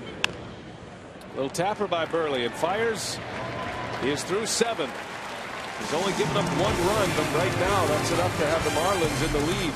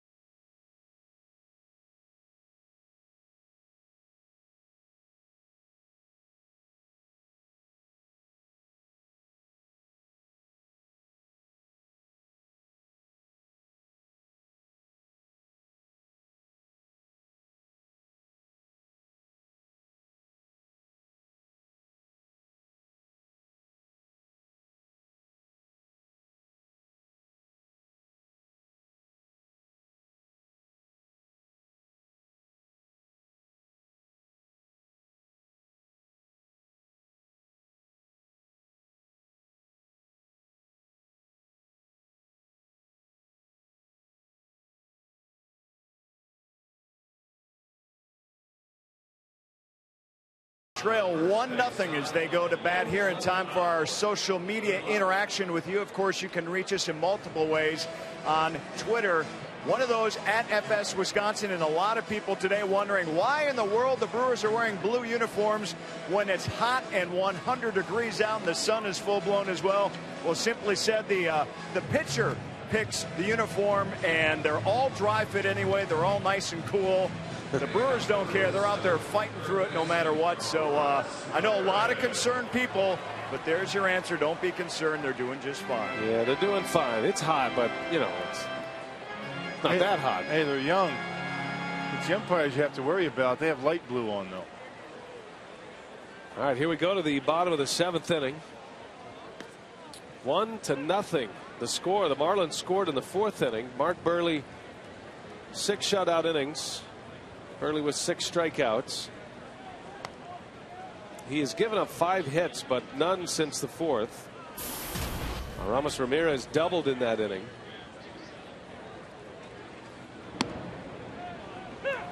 The Brewers had 3 hits in the 4th inning, but could not score.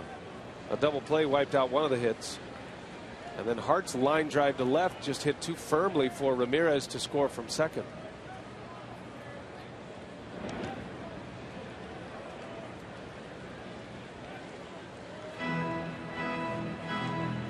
Now we talk about the heat, and it's certainly a factor, and the players do take precautions, but you know, it's what they deal with. They're professionals. I always think about our friends out at Bagram Air Force Base.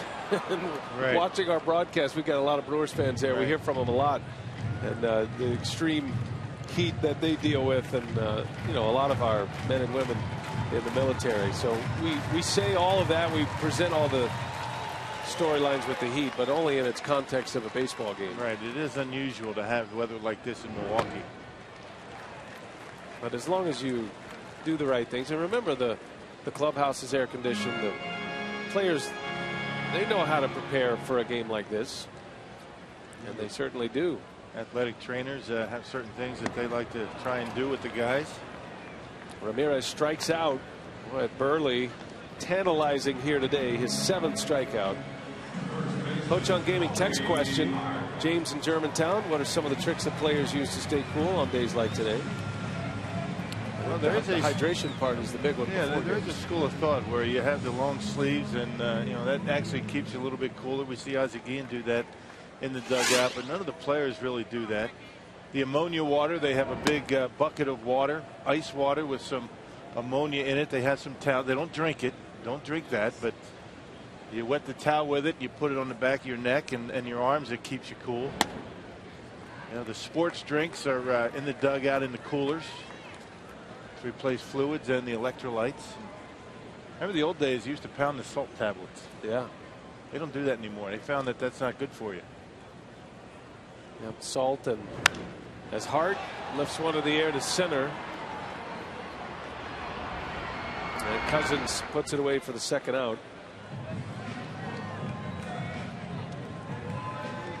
I will say this. I think players would rather play in conditions like this than 30 degrees. No doubt.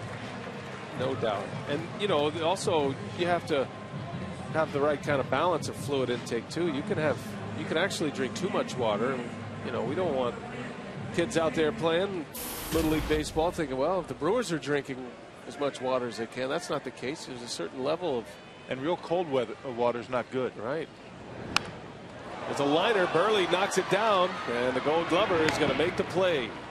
And the Brewers are gone in the bottom of the 7th. To the 8th we go. 1-0 Fish.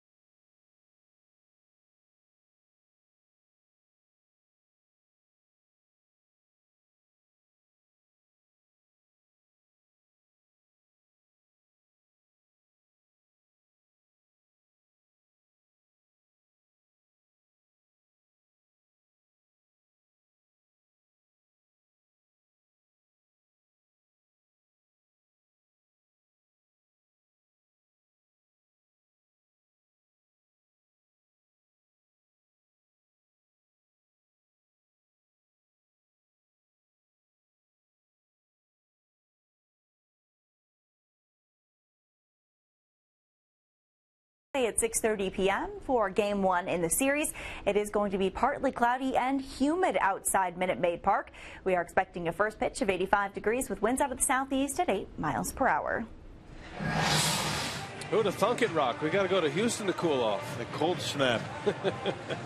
Our Miller Lite What's on Tap, 3 games at Minute Maid Park. And note the start time on Saturday. It's 2:30 airtime, 3:05 first pitch, and then a matinee on Sunday to wrap up the first half. Folks hanging out in the Nice Club. That is a great spot to watch a ball game and have a meal before the game. They do a terrific job. Great food. We get to sample their food every day here at the ballpark. Well, Mike Fiers is back on the mound. Ron Roenicke going to give him every chance he can to allow him to win a game. The Brewers are down 1-0. Fiers returns for his 8th inning.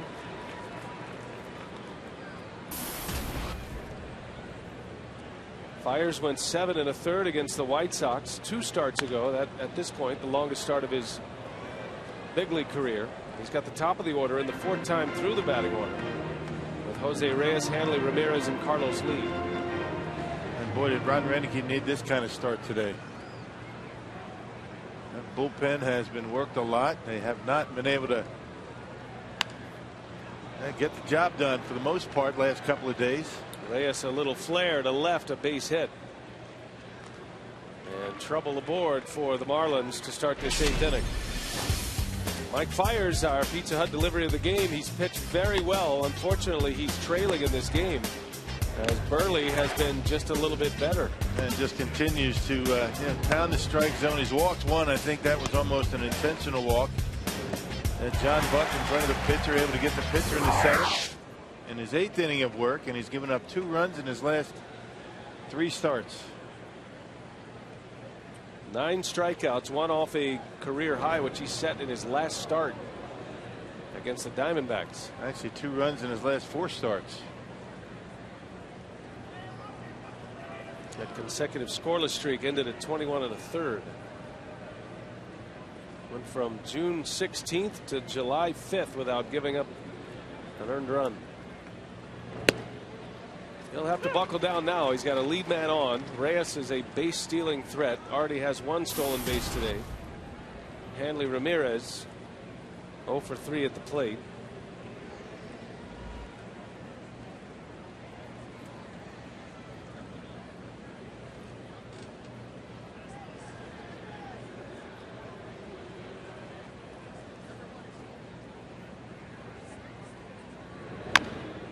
Bouncing ball to third. Ramirez goes to second. The out there. So Reyes not running, and Ramirez grounds out. Ramirez, he waited for Reyes to run during his last at bat. He got down quickly 0-2. I don't think he was going to wait around in this particular sequence. Yeah, it took him pitch number 4 last time Reyes was at first base to steal it. Hanley Ramirez has pretty good speed. He'll steal a base.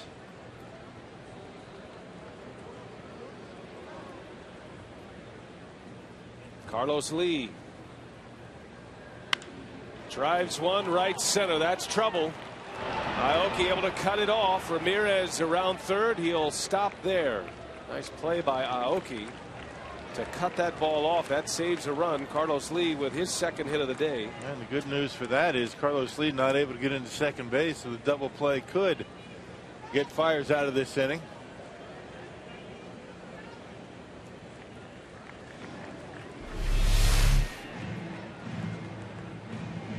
Fastball out away from Carlos Lee. You have to tie him up with hard stuff on the inside corner.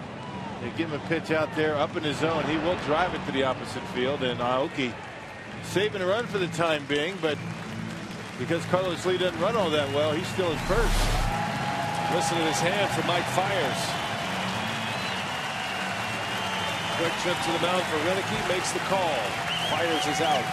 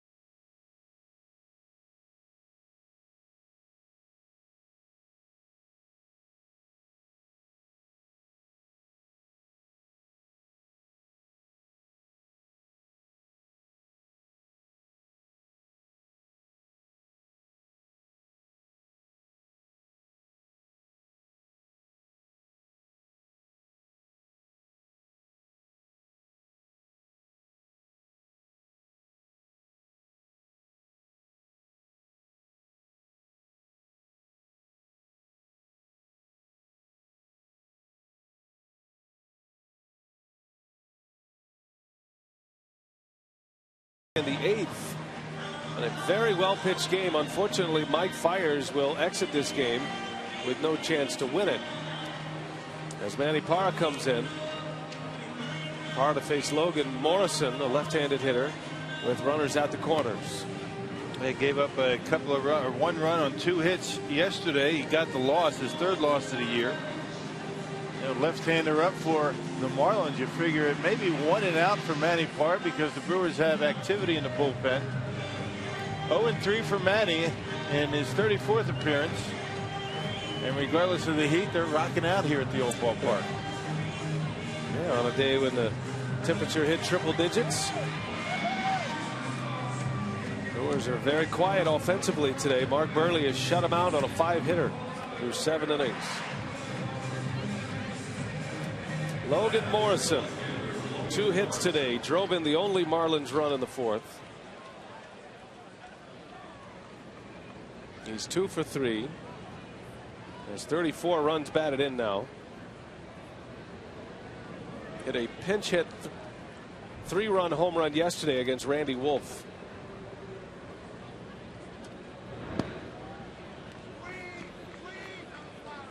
Hitting just .229 against left-handed pitching, but he struck a big blow yesterday in the 7th inning. Yeah, Wolf gave him a cut fastball up out over the plate, and he drove it out of here to right center. Brewers look to turn 2. That would get him out of the inning.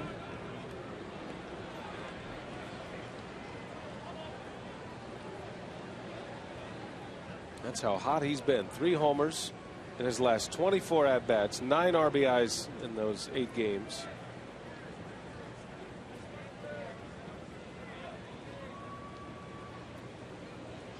It's going to be a crowded outfield when Emilio Bonifacio returns. When the series began, the talk from the Marlins was that Morrison was going to move over to first base when Bonifacio comes back. Obviously, now that Carlos Lee is here, he'll play every day at first. Yeah. So it becomes even more of a challenge for Ozzie Guillen to get his guys in the game. Good problem to have. Especially the way Ruggiano is hitting.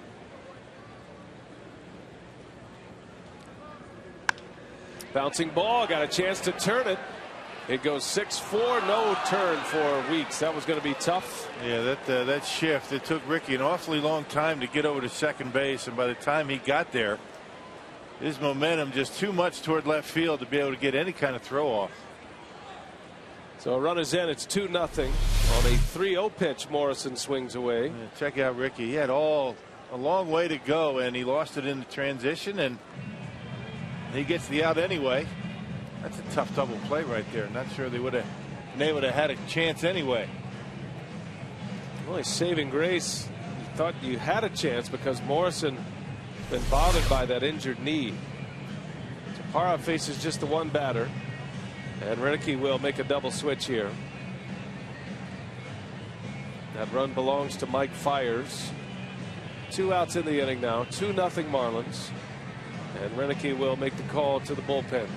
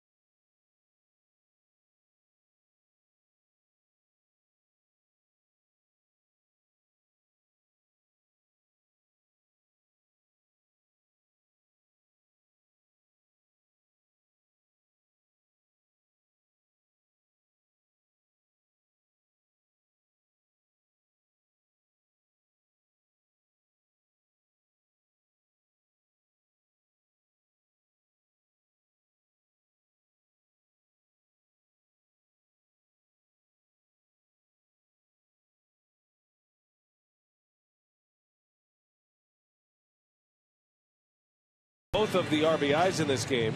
2-0 now as we play in the 8th. 2 outs in the 8th.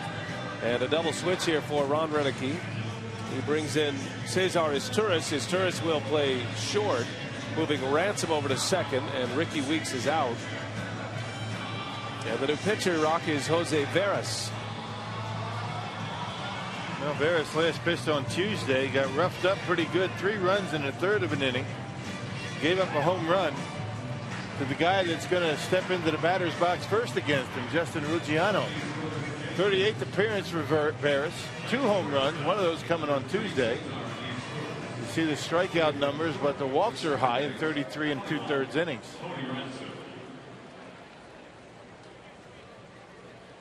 So Parra goes a third of an inning, fires 7 1/3. And Veras to face Justin Ruggiano. Looking ahead to the Brewers' bottom of the 8th, you've got the bottom of the order coming up. Ransom, Maldonado, and then Izturis.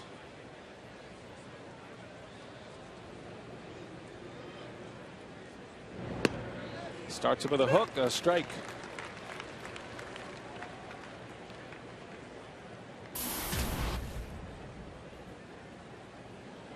There was a curveball that Ruggiano hit out on Veras in the 7th inning on Tuesday. It went into the second deck. Be careful with that pitch. It's a fastball sharply to Ransom, knocks it down, recovers to make the play. That baseball has an amazing way to find you. Just at second base, Ransom makes the play to end it.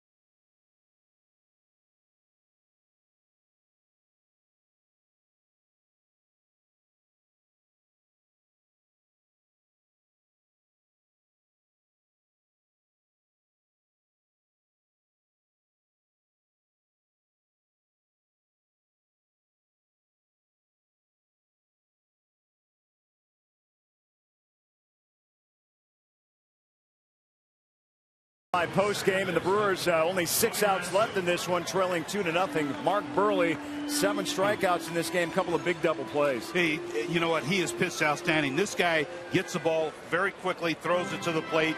He gets his sign and go. He's been able to disrupt the hitter's timing. Now the hitter's going to have to, I think, disrupt his timing. Got to step out and then try to be aggressive at the plate. When you get a pitch to hit it, be aggressive. All right, Cody Ransom first. We'll be here after the game for Brewers Live. Brian.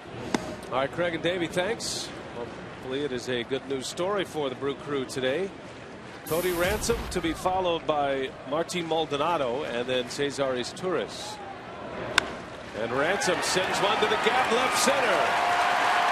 It will go through the wall. Cody Ransom into second base with a double. Good way to start the bottom of the 8th. That looked like an off-speed pitch that Buehrle left up in the strike zone, and Ransom able to get a leadoff base runner from Milwaukee. Only the 2nd time today, but this one an extra base hit. There it is, getting on top of it and driving it into the left center field gap. Good start to the 8th.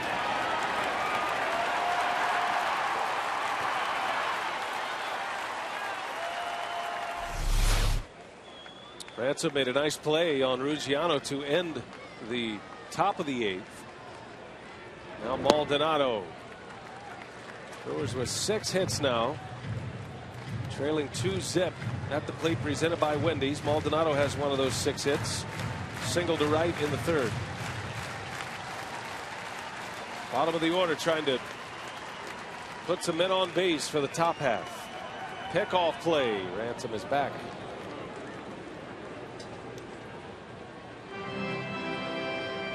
Well, the theme in this series leading up to this game, pitchers beware. Marlins had scored 24 runs on 31 hits through the first 3 games. The Brewers 25 runs on 41 hits through the first 3 games, averaging over 8 runs and over 10 hits per game, both teams. But a different story today, though. Fiers and Burley both pitching well. And most of the damage coming against both bullpens, particularly late in games. And Burley not quite at 100 pitches yet. He's at 99. He's done a nice job managing that pitch count.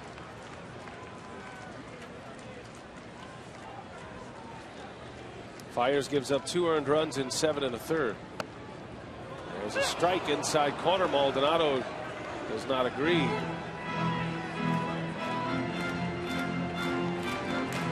A ball and 2 strikes.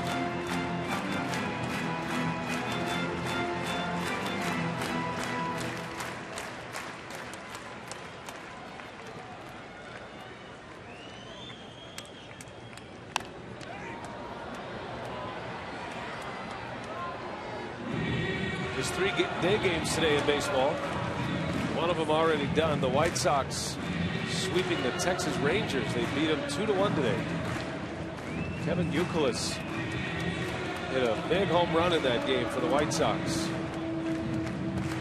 Youkilis had a walk-off hit yesterday. He's found new life in a new pair of socks. The other game is the Twins and the Tigers, 3-2 Minnesota in the 7th. We're at the bottom of the 8th here in Milwaukee. Seeing Burley starting to get a few pitches up in the strike zone. That one at 80 miles an hour. And when times get tough for him, you've got men on base, he usually takes a little bit off, as opposed to most pitchers. They try and reach back and throw harder. Burley has only given up 2 earned runs in his last 21 1/3 innings. His last 3 starts. 7 shutout against the Blue Jays, just 2 runs in 7 innings against the Phillies. And Maldonado takes a call, strike 3. Up 85 miles an hour right on the inside corner. Well, when he gets you looking away, he's going to bust that pitch inside, and he got the call that time. Looked pretty close. John Buck held it right there for the home plate umpire. First out of the inning, big strikeout for Burley.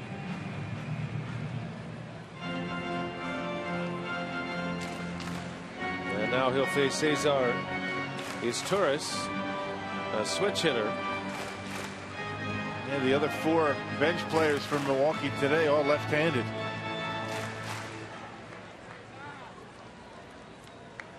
But as we have seen, that cut fastball can be effective against right-handed hitters. Drops a little changeup in there for a strike. 78, 80 miles an hour, 85. Doesn't throw hard, but he mixes it up very well.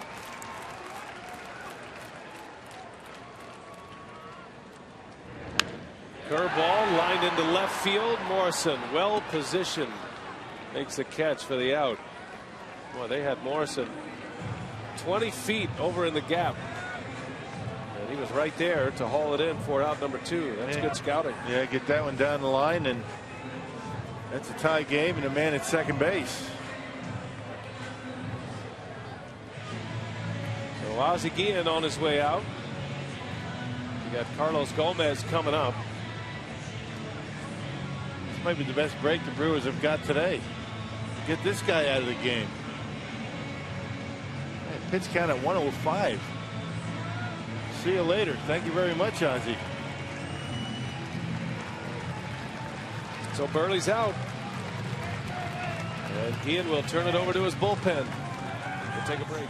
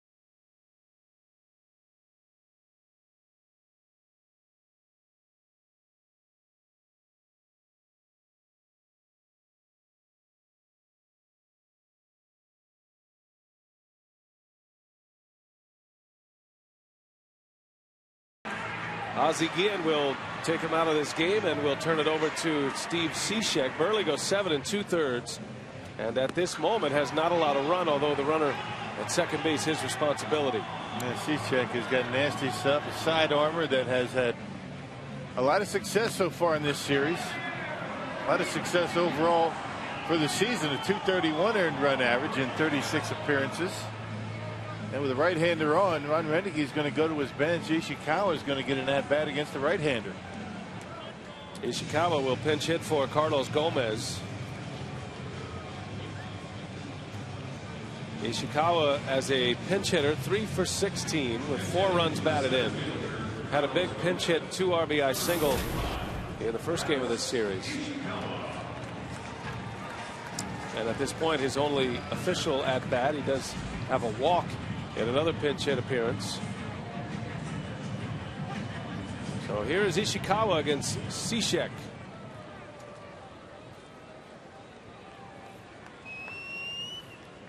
Cishek, the side armor, and he throws hard. He's tough to handle.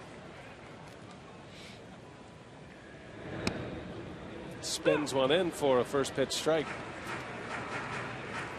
Well, if you're Ishikawa, you're looking for one of those fastballs that he throws to get a little bit up in the strike zone because he has some late sink on it because of that arm angle.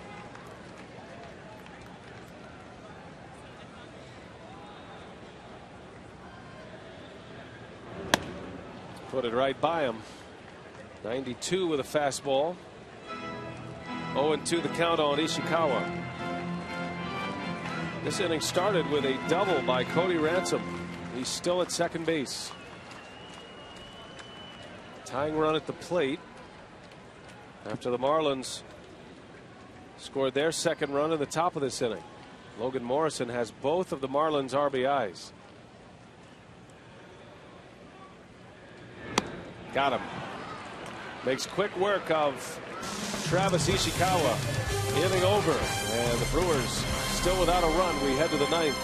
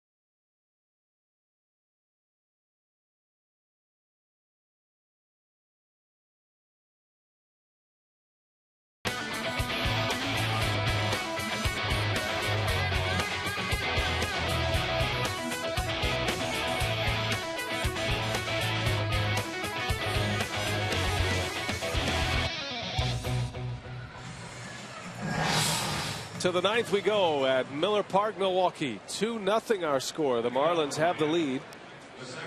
And Jose Veras will remain in the game. He got the final out of the 8th inning. New center fielder is Nyjer Morgan. Gomez was pinch hit for by Travis Ishikawa. A strikeout in a pinch hit appearance. And now Veras trying to keep the Marlins at 2. So Mark Buehrle today goes 7 2/3 innings, no runs. He has given up 0 earned runs in 2 of his last 3 starts.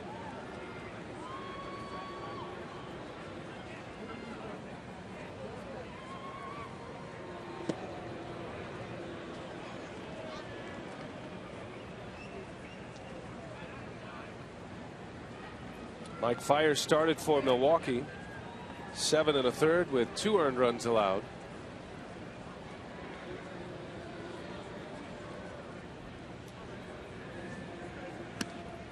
Fiers has been so good that his earned run average actually went up today with 2 earnings in 7 1/3. He's now at 2.31, up from 2.29.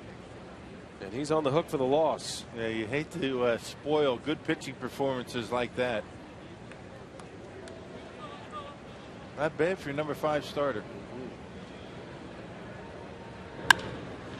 Infante rips one deep right center. And that will one hop out of here. Veras gives up a leadoff double to Omar Infante.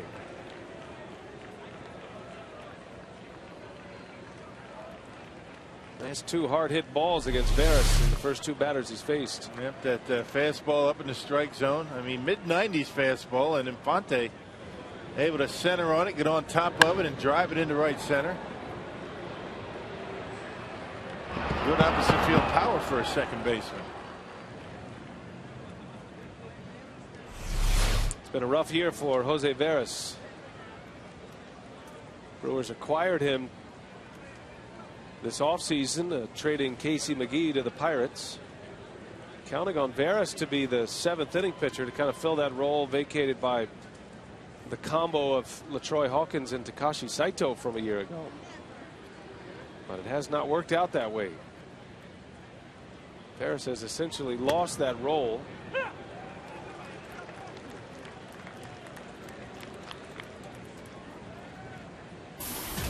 Scott Cousins 0 for 3 today, a couple of strikeouts.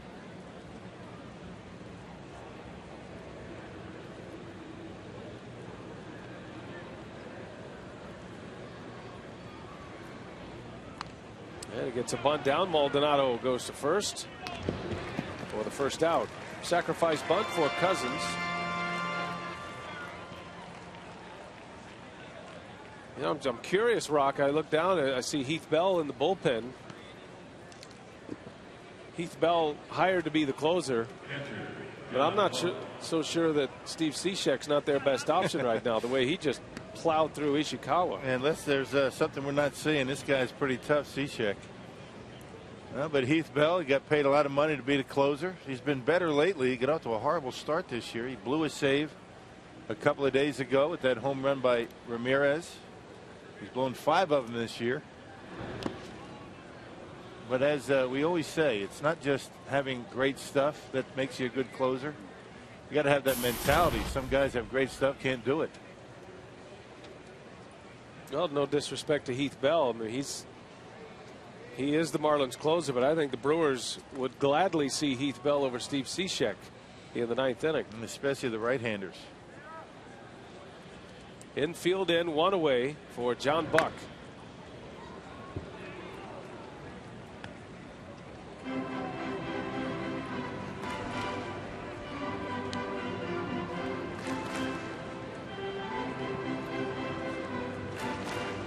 With the addition of Carlos Lee on the roster, starting at first base today, the entire infield for the Marlins has been rebuilt and acquired. John Buck acquired prior to last season from the Blue Jays.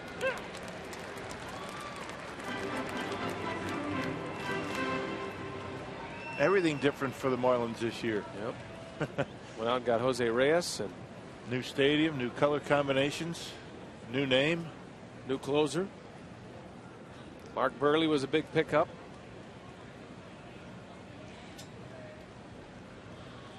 One-two pitch. Buck lays off. And it's 2-2.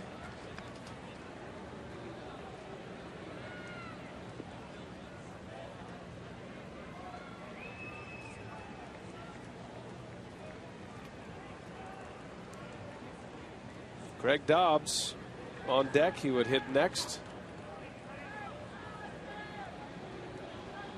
Coming off the Marlins bench, hitting for Cishek.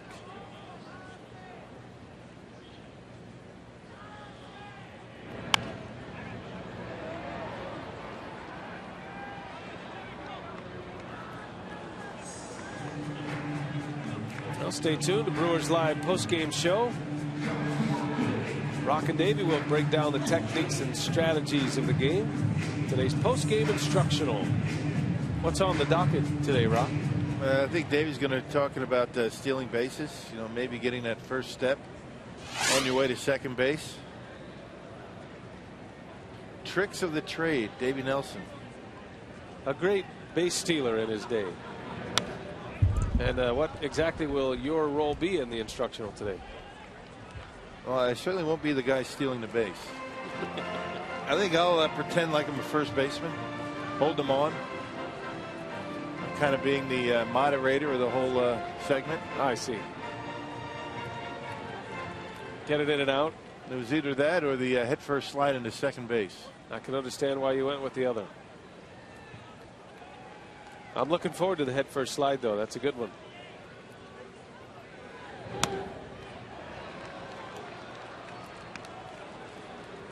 We might need Craig for that one, though. I think Craig Kashan would actually be able to get up after the head first slide. He does have a good history with slides, specifically water slides. Or how about you? I'm in. You've been I'm kind of in my dress clothes now, but you've been kind of wanting to get into the instructional. Swing and a miss. Vera strikes out Buck. That's a good curveball there. One of the better ones he's thrown in a while. We'll get a break on this one and where it ends up. Well, you can't throw it any better than that. That's a nice one. And a big out.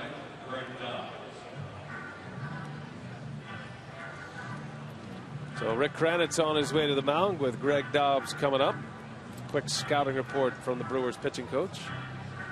Brewers are down 2-0. Feels like a lot more the way this game has gone. The pitching has been superb for the Marlins. And looking ahead to the ninth, Brewers are right where they want to be for a comeback. They've got Aoki, followed by Braun, then Aramis Ramirez, and if anybody gets on, Corey Hart. And Dobbs has always been a very good pinch hitter. You see his numbers this year, not a lot of power, but that happens when you don't play every day, but he's always around the 300 mark.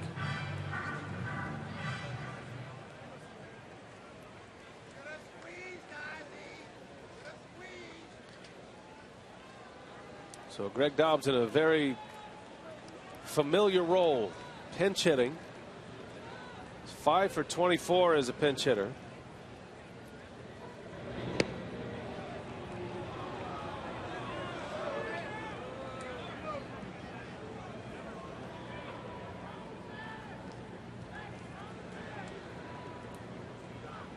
Dobbs with runners in scoring position this year, hitting .344.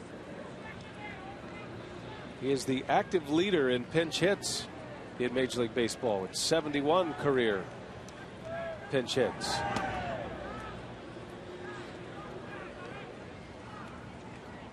Not sure if you want to be too careful with this guy and bring up Jose Reyes. Reyes has hit the ball well today.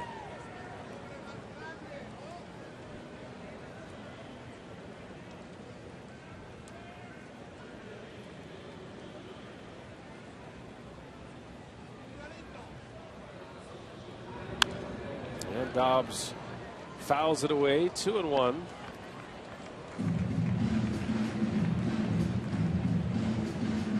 Renicky hoping for a comeback. The Brewers have had 3 last at-bat wins in the last 4 games. They got beat in their final at-bat yesterday. The last 4 games have been decided by 1 run.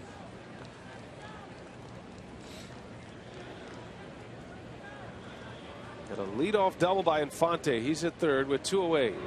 And a 2-1 pitch is down and in. 3 balls and a strike. Can pencil Cishek in for a third of an inning with a strikeout. As the Marlins will turn it over to Heath Bell.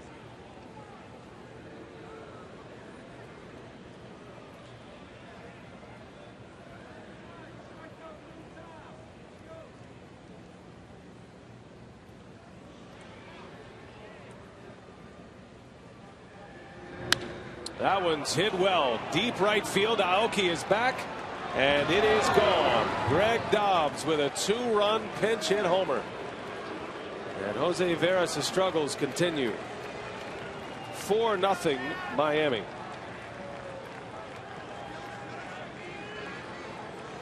He couldn't get the breaking ball over to Dobbs. He had to come in with a fastball on a 3-1 count, and as he has done so many times coming off the bench, he delivers. And his numbers with runners in scoring position get even better. 2-run homer. For Greg Dobbs, his 9th career pinch hit homer.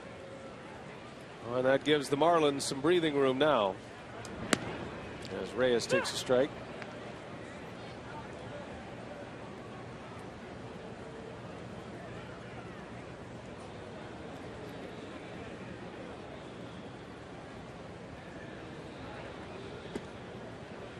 It's hard to know where the Brewers go from here with their bullpen. Jose Veras just cannot get on track. Guy who was so good last year for the Pirates. He had a very good stretch until this series started. It's the way it goes sometimes when you rely on that breaking ball. And when he's throwing it for strikes, it's up. He gets behind, and for whatever reason, that 95-mile-per-hour fastball seems to get hit quite often. It's all about location you put on the corners. Ron Roenicke perhaps thinking the same thing.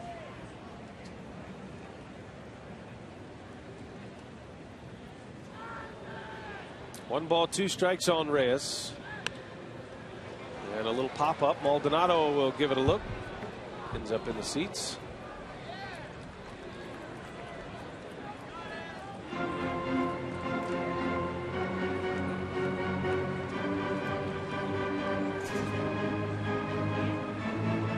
Well, the Brewers had a chance today with a victory to win their 5th consecutive home series. Going to take a big comeback in the bottom of the 9th, which has been a theme in this series. Big comebacks.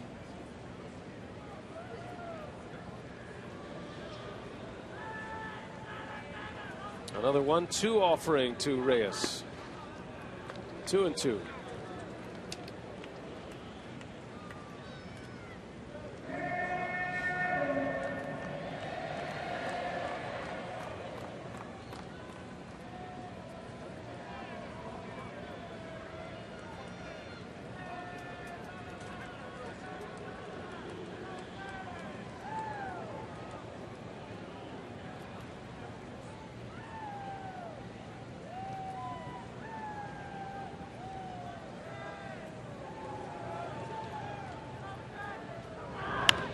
Reyes, and it's caught by Ransom. Soft liner out to second base.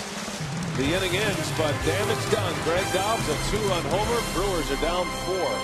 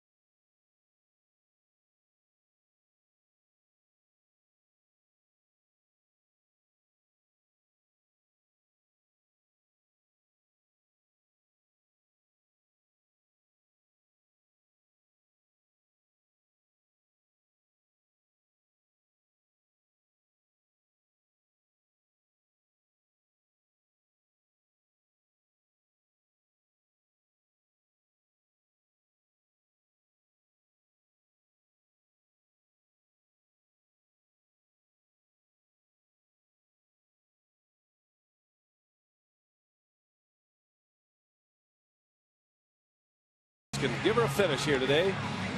And with that 2-run homer by Greg Dobbs, that changes the game plan here for Ozzie Guillen. He'll bring on Randy Choate now instead of Heath Bell. The final vote winners in the final 5 voting has been released. And the winner in the American League, Yu Darvish, he won the vote. And David Freese from the St. Louis Cardinals winning the final vote. So no Bryce Harper, Michael Bourne, Aaron Hill, all left off the National League All-Star roster. David Freese headed to the All-Star game. So congratulations to those two. Going to be good fun to see perhaps a Yu Darvish, Steven Strasburg confrontation. Yeah, Randy Choate leads this Marlins bullpen in appearances with 38. Excellent numbers, has not allowed a home run. And check out that opponent batting average at 177 and a 245 earned run average. So Choate will face Nori Aoki to start this inning, Ryan Braun to follow, and then Aramis Ramirez. Brewers being shut out today on a 6-hitter thus far.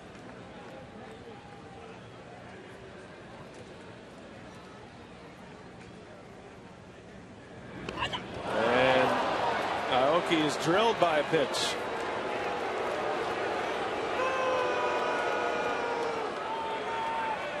Not the way the Marlins wanted to start this 9th inning. Yeah, that looked like it hurt too.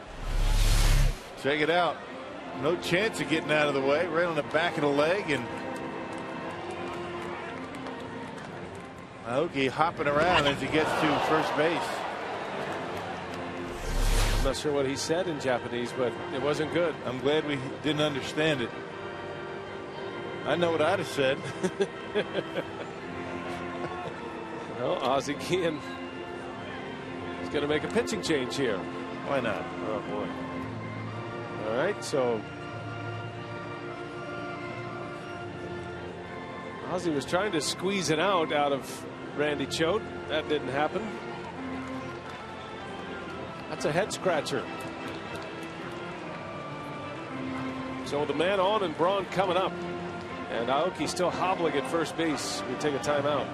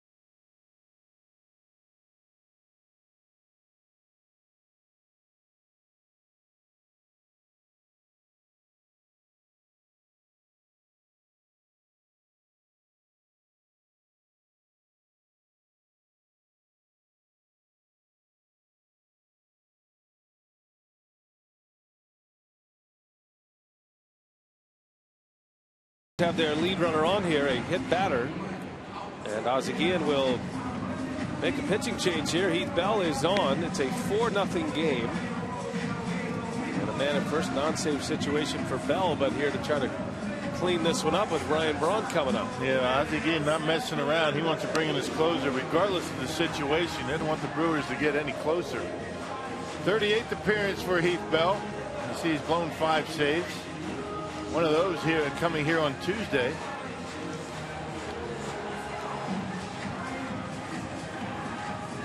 Well, that 2-run homer by Dobbs, a big one. Changes it.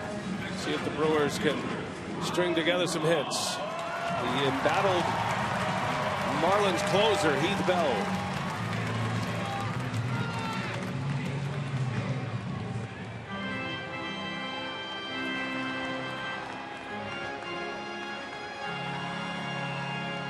Randy Choate started the inning. He hit Aoki.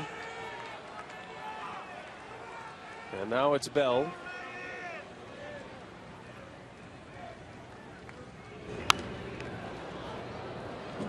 Good swing by Ryan Braun, a little bit late. That fastball right down the middle.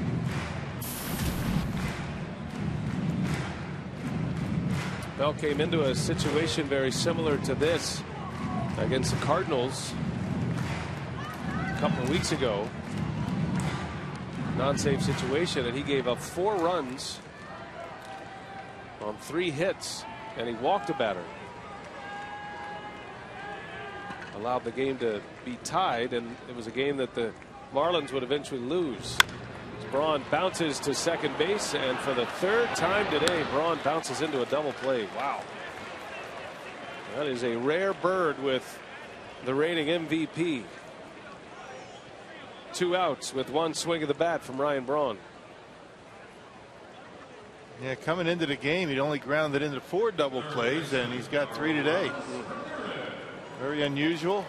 And he's got good speed, and that's the way it goes sometimes.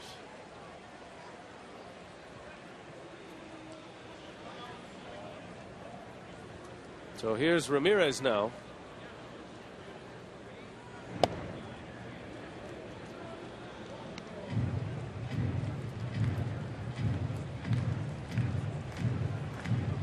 Marlins trying to move within 2 games of 500. A victory today would get them to 40 and 42.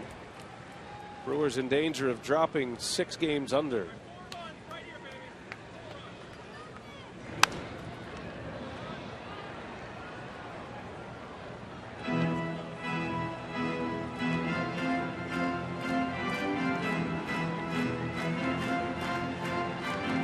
Again, hopeful that he'll get his all-star slugger Giancarlo Stanton back for the Cardinals series.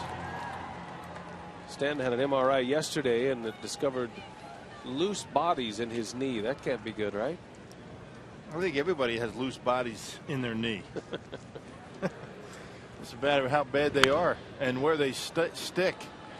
If they get caught in the joints, that's when they become very painful. They float around. I mean, pitchers, position players. As much baseball and sports as they've played, I don't think there's a clean joint anywhere on the field. It's just the technology is so much better now. You can see them all. Well, you got one loose body. That sounds bad.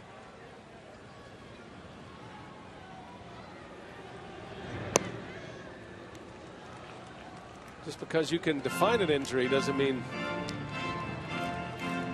it'll keep you out of the game. Right, you can't play through it. Record-setting disabled list entries this year in baseball.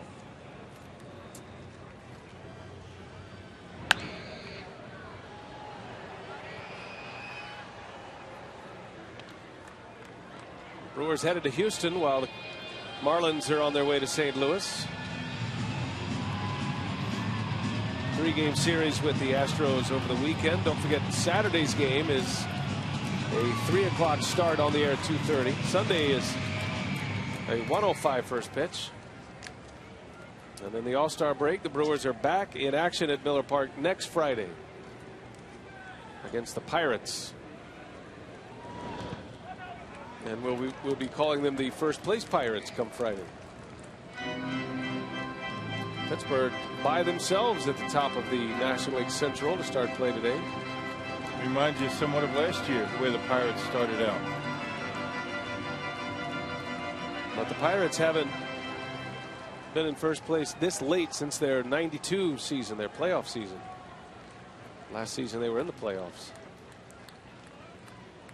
Last season they were above 500 for a season.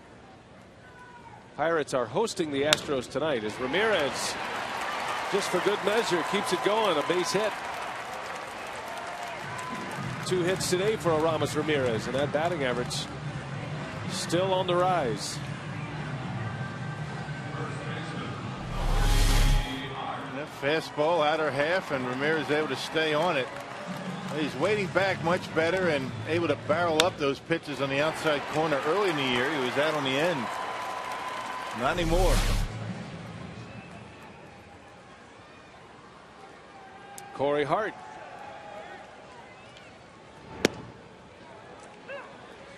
Thought about a bunt with Ramirez deep at third. Brewers need base runners.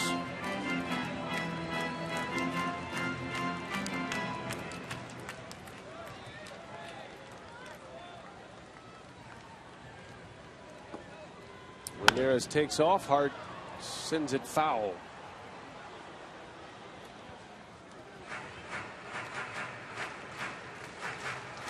Cincinnati will play the Padres later today. Matt Latos, the former Padre, against his old team. Matter of fact, the guys that were traded for each other. The pitching matchup there tonight. Latos against Volquez. Cardinals are hosting Colorado tonight. Lance Lynn puts his 10 wins on the line as Hart strikes out, and the ball game is over. The Miami Marlins split the series with the Brewers. They shut them out today 4-0. As Heath Bell finishes it off, Mark Burley wins his 8th. Tough luck loss for Mike Fiers today, and the Brewers shut out for the 7th time. Much more still to come. We check in with Craig Kashawn. What do you have coming up on Brewers Live, Craig? All right, Brian, thanks very much. And the Marlins and the Brew Crew, Fiers and Burley, what a pitching matchup it was today. They lived up to their billing. We'll break that down. Plus, hear from Ron Renicky and the Brew Crew, and we come back to Miller Park for Brewers Live.